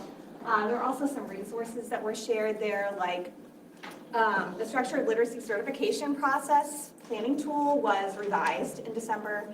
So if you're still working on that process for certification, you may want to hop in there or go to ODE's dyslexia site to check that out. There have been some small tweaks to that document. They also had a structured literacy alignment process document that's linked in that slideshow. So that pretty much walks you through the selection of a curriculum that is aligned with structured literacy and the science of reading, and then some tentative, basic information about implementation and monitoring as well. So that's a nice starting point if you haven't began that process already. And then there's also an auditing tool that's still in somewhat of a draft form. I expect it to be revised further. Janelle and I have been taking a look at that. It's from ODE. We're looking at some other more comprehensive curriculum auditing tools to think about how we might be able to meet with those of you who are interested after our CD meeting next month, just to talk through assessments that we're using for ELA and how we can refine the process at more of a global level within our districts as well. Is there anything you wanted to add? No, just that we really are just approaching that through an angle of, we know what the requirements of the dyslexia law and all the other requirements that come into play with assessments, that it just might be a helpful time for districts to be able to collectively get together and have conversations about what are we administering, why are we administering it, how are we using that data, what do we have to continue, maybe what can we de-implement. So just kind of where that's stemming from in our thinking. Yeah, so you'll notice several things that Jen Griffin shared resource-wise, and some opportunities through SST9 as well in there. And then the last thing that you'll find in that presentation is some information from Beth Galbitz. She's one of the consultants out at Tri-County ESC. She shared some recommendations for communicating with families, sharing some of her expertise as a past school psychologist. So that's also helpful information. Okay. So Janelle and I just worked on a simple document here that's linked. If you click on it, it's just an overview of assessments. If you wanted to have something at your fingertips to share with your teachers if you're beginning to have these conversations again. So it just walks people through what a screener is, what a diagnostic is, how that compares to what we commonly call formative assessment, some of those more informal teacher-created tools. RF monitoring tools, summative assessments, and sort of what the slight distinction is when we're talking about outcome assessments as well. So this one's pretty straightforward. We gave a couple examples in that last column that show you how it pertains to this legislation and the work that we're doing with literacy. But it really, again, is kind of a global picture of what these assessments are and the purposes of them. It's a nice review and revisiting of it, that information. So we will transition and use this as an opportunity to give you a quick update on our ACE work as it relates to ELA. As you heard earlier today, I can't remember her name, but the gal that Dana introduced and Janelle introduced, talking about the simple view of reading, that's really what our work from an ELA standpoint has been grounded in, that theoretical model. And so with your teachers, we spent a lot of time in the fall rooted in word recognition strategies and really getting them to identify specific strategies, implementing those strategies, refining their practice.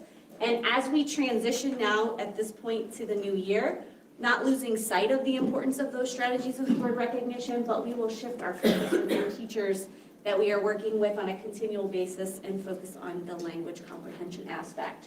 So, just so you're aware of what we've really been asking your teachers to engage in, this is a snapshot of the timeline and kind of like, not the only work, but the major work that your ELA teachers have been engaging in. And they have been so gracious and willing to be vulnerable, and we've asked them to identify one specific strategy, record themselves implementing that strategy, and then spend time reflecting on it. We ask them not to do that only once, but twice, because we know that oftentimes when we try something and we watch ourselves, we get that current reality, right? As Jim Knight points out, that we get that current reality of what's really happening as the teacher and what the students are doing. We always want to take an opportunity to refine our practice. And so that's really what your teachers spent their time in the fall doing, implementing a specific strategy related to word recognition and getting really good at it, and taking time to look and see like what is actually happening when I'm utilizing the strategy in my classroom, and then how can I make it even better. Yeah, some people have taken it a lot further too, starting to open up their doors and share with others, and some of them have shared their videos with us. And it's just been really exciting to see, I think, a comfort level developing in many of our ACE members. We're excited about the spring and going out to see people in action. And so you can see there's a bit of a tipping point now in January. We've already given them the menu of strategies for language comprehension. It's a smaller menu. It's more detailed and process-oriented at this point. So we're asking them right now to be thinking about which strategy they might want to identify. For example, for vocabulary, there's just one option. We want people to try out Anita Archer's explicit instruction routine for vocabulary. It's excellent. We have a planning document and routine for comprehension that we put together, pulling some resources from letters and from the comprehension blueprint book that's really excellent. We have some fluency strategies and some dialogic reading and lots of other options for people to choose from to give them a range of options. And so basically, beginning this month, we'll start going out and watching your teachers in action. We're very excited about that. They're going to go through the same process, meanwhile, of, recording themselves, watching themselves, reflecting, and then refining and trying that process again. And then we're hopeful that they'll continue sharing and coaching with their peers and then come alongside us for our conference this summer and really mobilize them to share what's been happening with other teachers across the county in a different way. Is there anything else you'd like to share with that? Great. And then this slide just has a link to the document that we have been curating throughout the year with all of these resources. And you'll notice at the bottom, kind of right above the link, there are tabs across the bottom for each of the major components of literacy instruction. So we have a tab for phonemic awareness, phonics and word study, fluency, vocabulary, comprehension. There are actually a couple other tabs you don't see here. There's one for writing.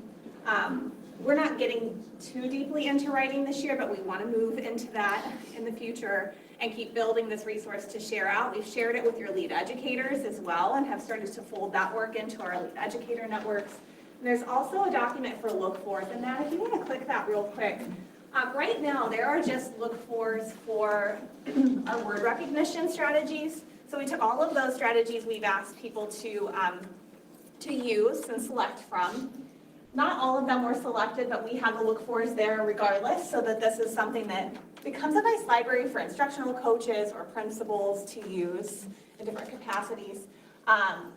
The first time they watched themselves teach their word recognition lessons this fall, they did not have the look-for. It was just more authentically what they were noticing about their teaching.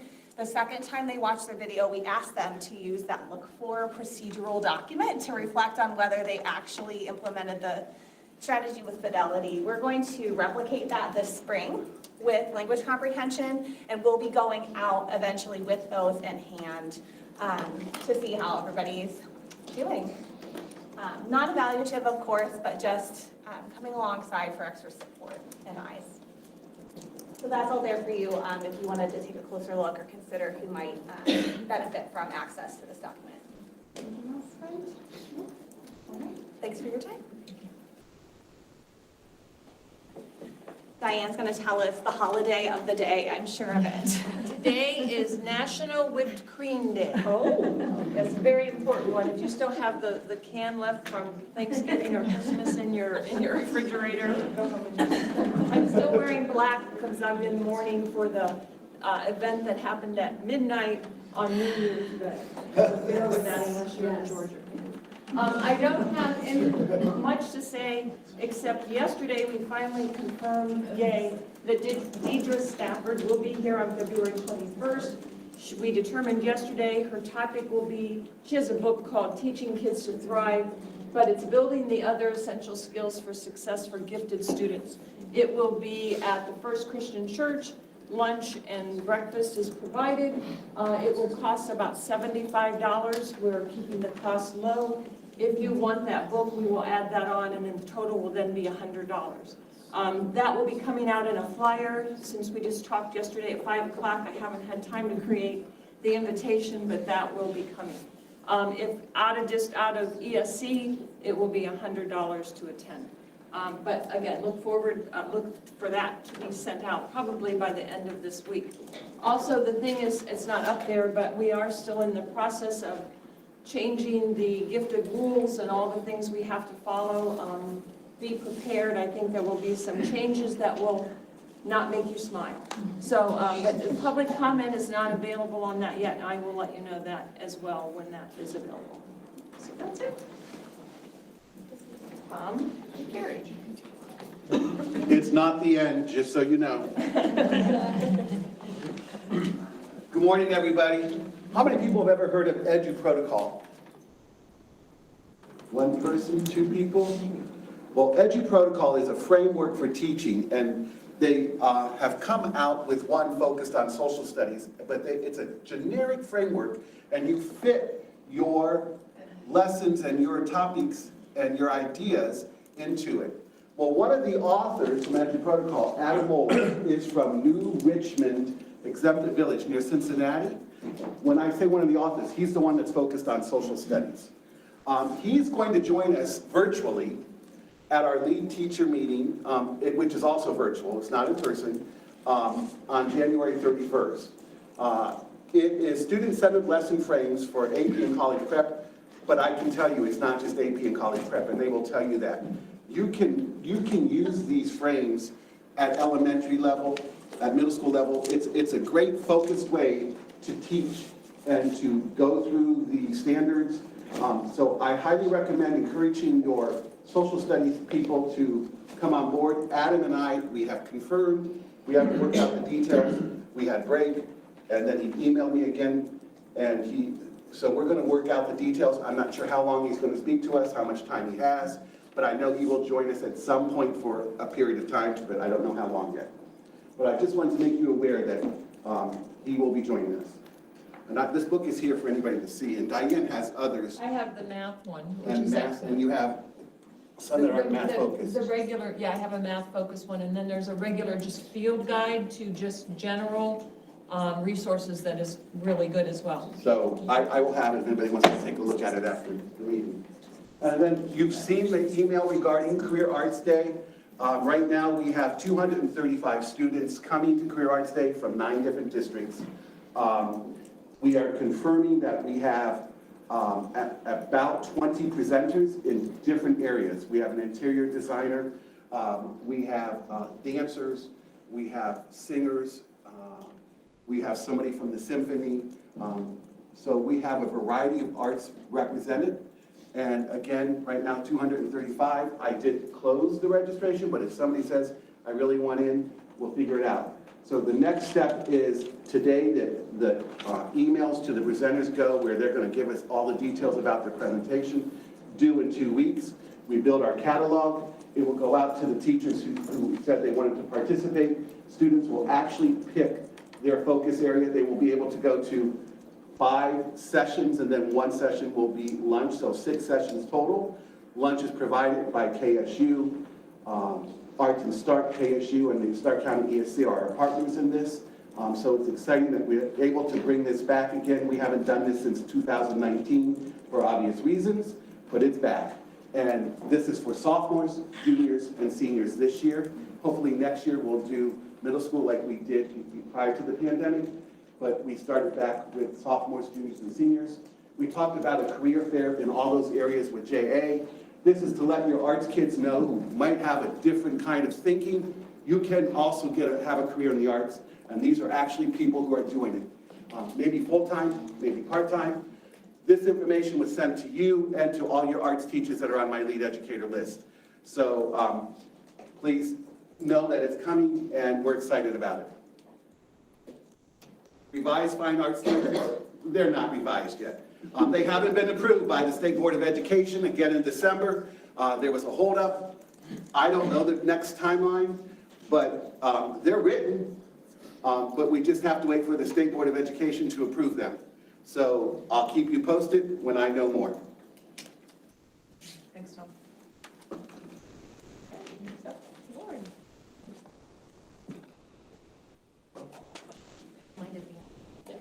Whatever you need. No, I mean, Yeah, yeah. I got you, whatever you need. Well, good morning, Happy New Year. I know the hour has struck at 11, but we're going to try to be speedy here with our updates because I know we are standing between this information and Brian Matthews' presentation. I actually have to leave at 11. No pressure at all. Okay. All right, so be curious, not judgmental. That's a clip that we shared at our December last year at STEPS meeting. And anybody familiar with the Ted Lasso? That was new to me. Okay, so I'm showing my age, I guess. But anyways, the clip that we showed, we cut out the bad words part, of course. But anyways, it's really about being curious about our data, being curious about our root causes, being curious about our people, and being curious about our systems. So we hope that you remember to stay curious in the new year. So I have a few updates. I'm putting on my Colleen Cornish, I love that STEPS hat. So if you are in cohort 3, please remember that district and building 1 plans are due on April 30th. And I just checked again, I do have one update to share with you that just came across. But the ONA tool, to my knowledge, is not open yet. The questions were released, but the tool has not been open yet. So, you will hear from us as well as soon as we know anything about that. If you are in cohort 2, you may want to think about using the report results feature in your 1 plan to monitor and report your student data and your adult implementation data. Using that feature is optional, but why would you want to recreate the wheel and find a different implementation tool if there's one already built into the system? And if you're in cohort 1, this is what just came across. If you're in cohort 1, there is, we received just kind of a little advance notice, there is a message that's going to be coming. It might be a CCIP note or it might go directly to superintendents, I'm not sure. But there is a requirement for cohort 1 districts that have the priority and focus schools or a designated school to complete the support tool. You may remember that the districts are required to complete the support tool just in schools, districts and schools that have designations a few years ago, and then that was during COVID, that requirement kind of dropped away. It's back. So if you receive that notification, we will be happy to provide some support, but of course our universal support is through our EdSteps monthly network meetings where we give lots of coaching around those pieces. So that's the update about EdSteps. A few updates around PBIS, so I'm going to turn to my faithful companion here, David Rogers, to talk a little bit about that. Morning, everyone. PBIS World, we're so excited because we're actually going to have in-person training, like back for the first time since 2019, so it's been quite a while. So we're excited. Our first training actually is next week. Several of you in this room are going to be there. If you have not signed up yet, it's the train-the-trainer model, and it goes over the tiered fidelity inventory really in depth and what you need to have a successful tier 1. And so it also meets that legislation requirement to make sure that you have that training that you can train district staff that 3 hours every 3 years. So it's a great training, and that starts next week. It's going to be January 10th, January 26th, and February 8th. It's a 3-day training, and it's here at the ESC. And there's still some room left, so if you need to register for that, let us know. And then up here, or in your slides and everything, you have for a tier 2 training, there is, it's recommended through PBIS that you have a very strong tier 1, an efficient, effective foundation of tier 1 before moving on to tier 2. If you don't have that strong foundation, if you don't have that strong framework, then tier 2 probably won't work as well. So it does want you to have that strong tier 1 first. But if you think you're ready, we do have tier 2 training coming up, and there's a tier 2 readiness survey as well that you can get off of pbis.org, and that you can go through that with your PBIS team to see if you actually are ready for that tier 2. And if you are, then you can sign up for this training that we'll have. It's a full day on February 28th, and then we have 2 additional support days that'll be after school for 2 hours for those teams that want to participate in that virtually. It'll be in person on the 28th, and then we have those virtual support sessions to follow through with that tier 2 training. Any questions for me? There's a flyer that you can access that gives you more details, more information about that. Okay, and all of these trainings that we're offering are based on data that was collected. You want to talk just a smidge we about met with every district in here for our 30-minute meets at the beginning of the year. And that's why we have the tier 1 train the trainer. We looked at that data and there were a lot of schools that said, hey, we need that. A lot of schools are rebooting right now and starting this over because of COVID. And so that's why we're offering these trainings and then coming up. And then we will have a tier 3 training as well coming up in the spring. We're just waiting to get these 2 over before we schedule a date for that and see what the need is. Okay, literacy support, in addition to the literacy support that will be provided in collaboration with both of our ESCs, this is an additional facilitated training opportunity that Jen Griffin will be providing. And you can see the dates, you can see that the pre-test must be completed prior to the first session. And for more information in the registration flyer, you can access that here. So this is just, again, to try to provide some additional options for districts. Next slide, please. The special education profile, well, you know, we were hoping that would have been released prior to Christmas break, and then we were praying that it wouldn't be released the day before Christmas break because we know the angst that causes for everyone. So prayers were answered on one hand, but on the other hand, we do have, at this point in time, we are still planning on having our January 10th Special Ed Network and the work session on January 10th. But of course, if the SPPs don't come out prior to that, that's kind of a, yeah. So anyways, we will just watch. We'll let you know what's happening there. But at this point in time, we're still very, very optimistic.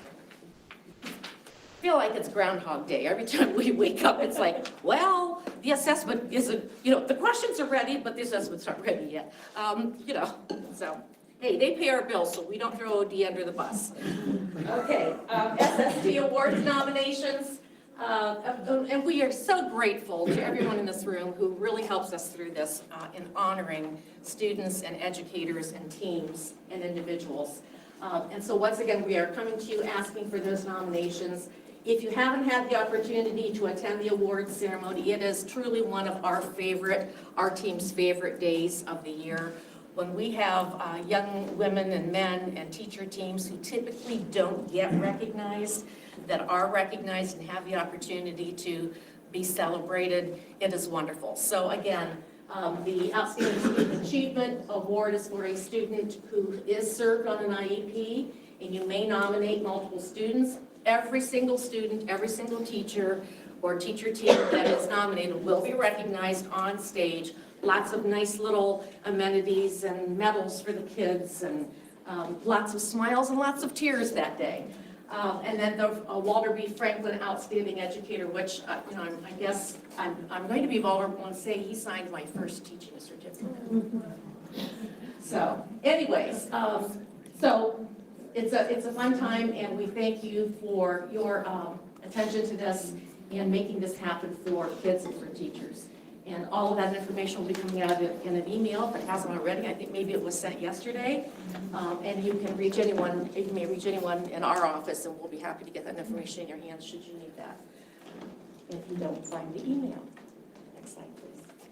And then, of course, Dr. Karen Williams, who is a dear colleague and friend and lifelong educator. We also have that award nomination open. And you may submit your entries at that link, and the deadline is February 3rd.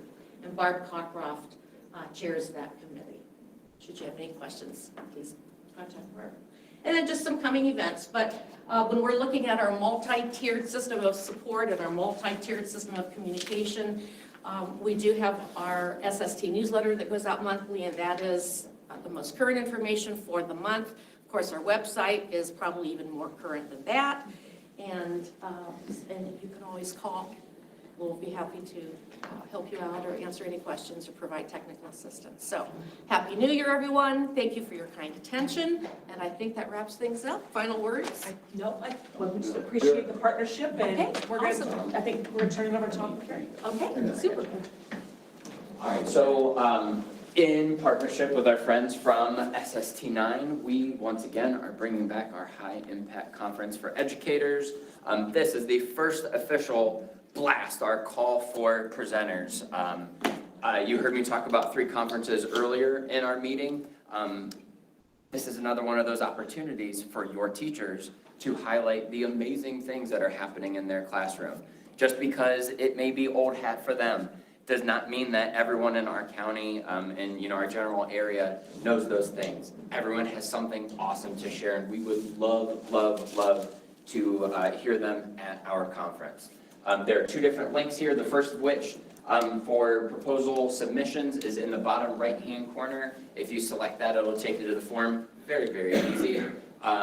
The barrier for entry here is super low. So if somebody has even the spark of an idea, right, contact us. Put it in the proposal submission, and we will work with you, work with those people to create a session around that. Does not have to fill a full hour. We're looking for any increment of time. Like I said, we are willing and able to partner people together. If it may be on a similar topic or something that we think may go together nicely, we can make those connections, and that way, people don't feel the burden of like, this is my first time speaking in front of other adults. I know that can be, quite challenging for a lot of people. So, like I said, if people in your district, if other teachers have ideas, please bring them along. Our conference is only as good as the presenters that we are able to get. And I know that there are amazing people spread throughout our general area, throughout our 22 districts. So we would love to hear it. Look for the official email blast to come tomorrow. If you'd like to forward that along to the people within your district, that would be really swell. We'd appreciate it. Okay? And Tom, And now, wrap us up. we're going to want to hear from you. So our questions that you have for the group, and we're going to do these together for the sake of time. Let's just do, what questions do you have for the group, and do you have something? Value you as leaders and the work that you're doing in your districts to support your educators, your students, your family.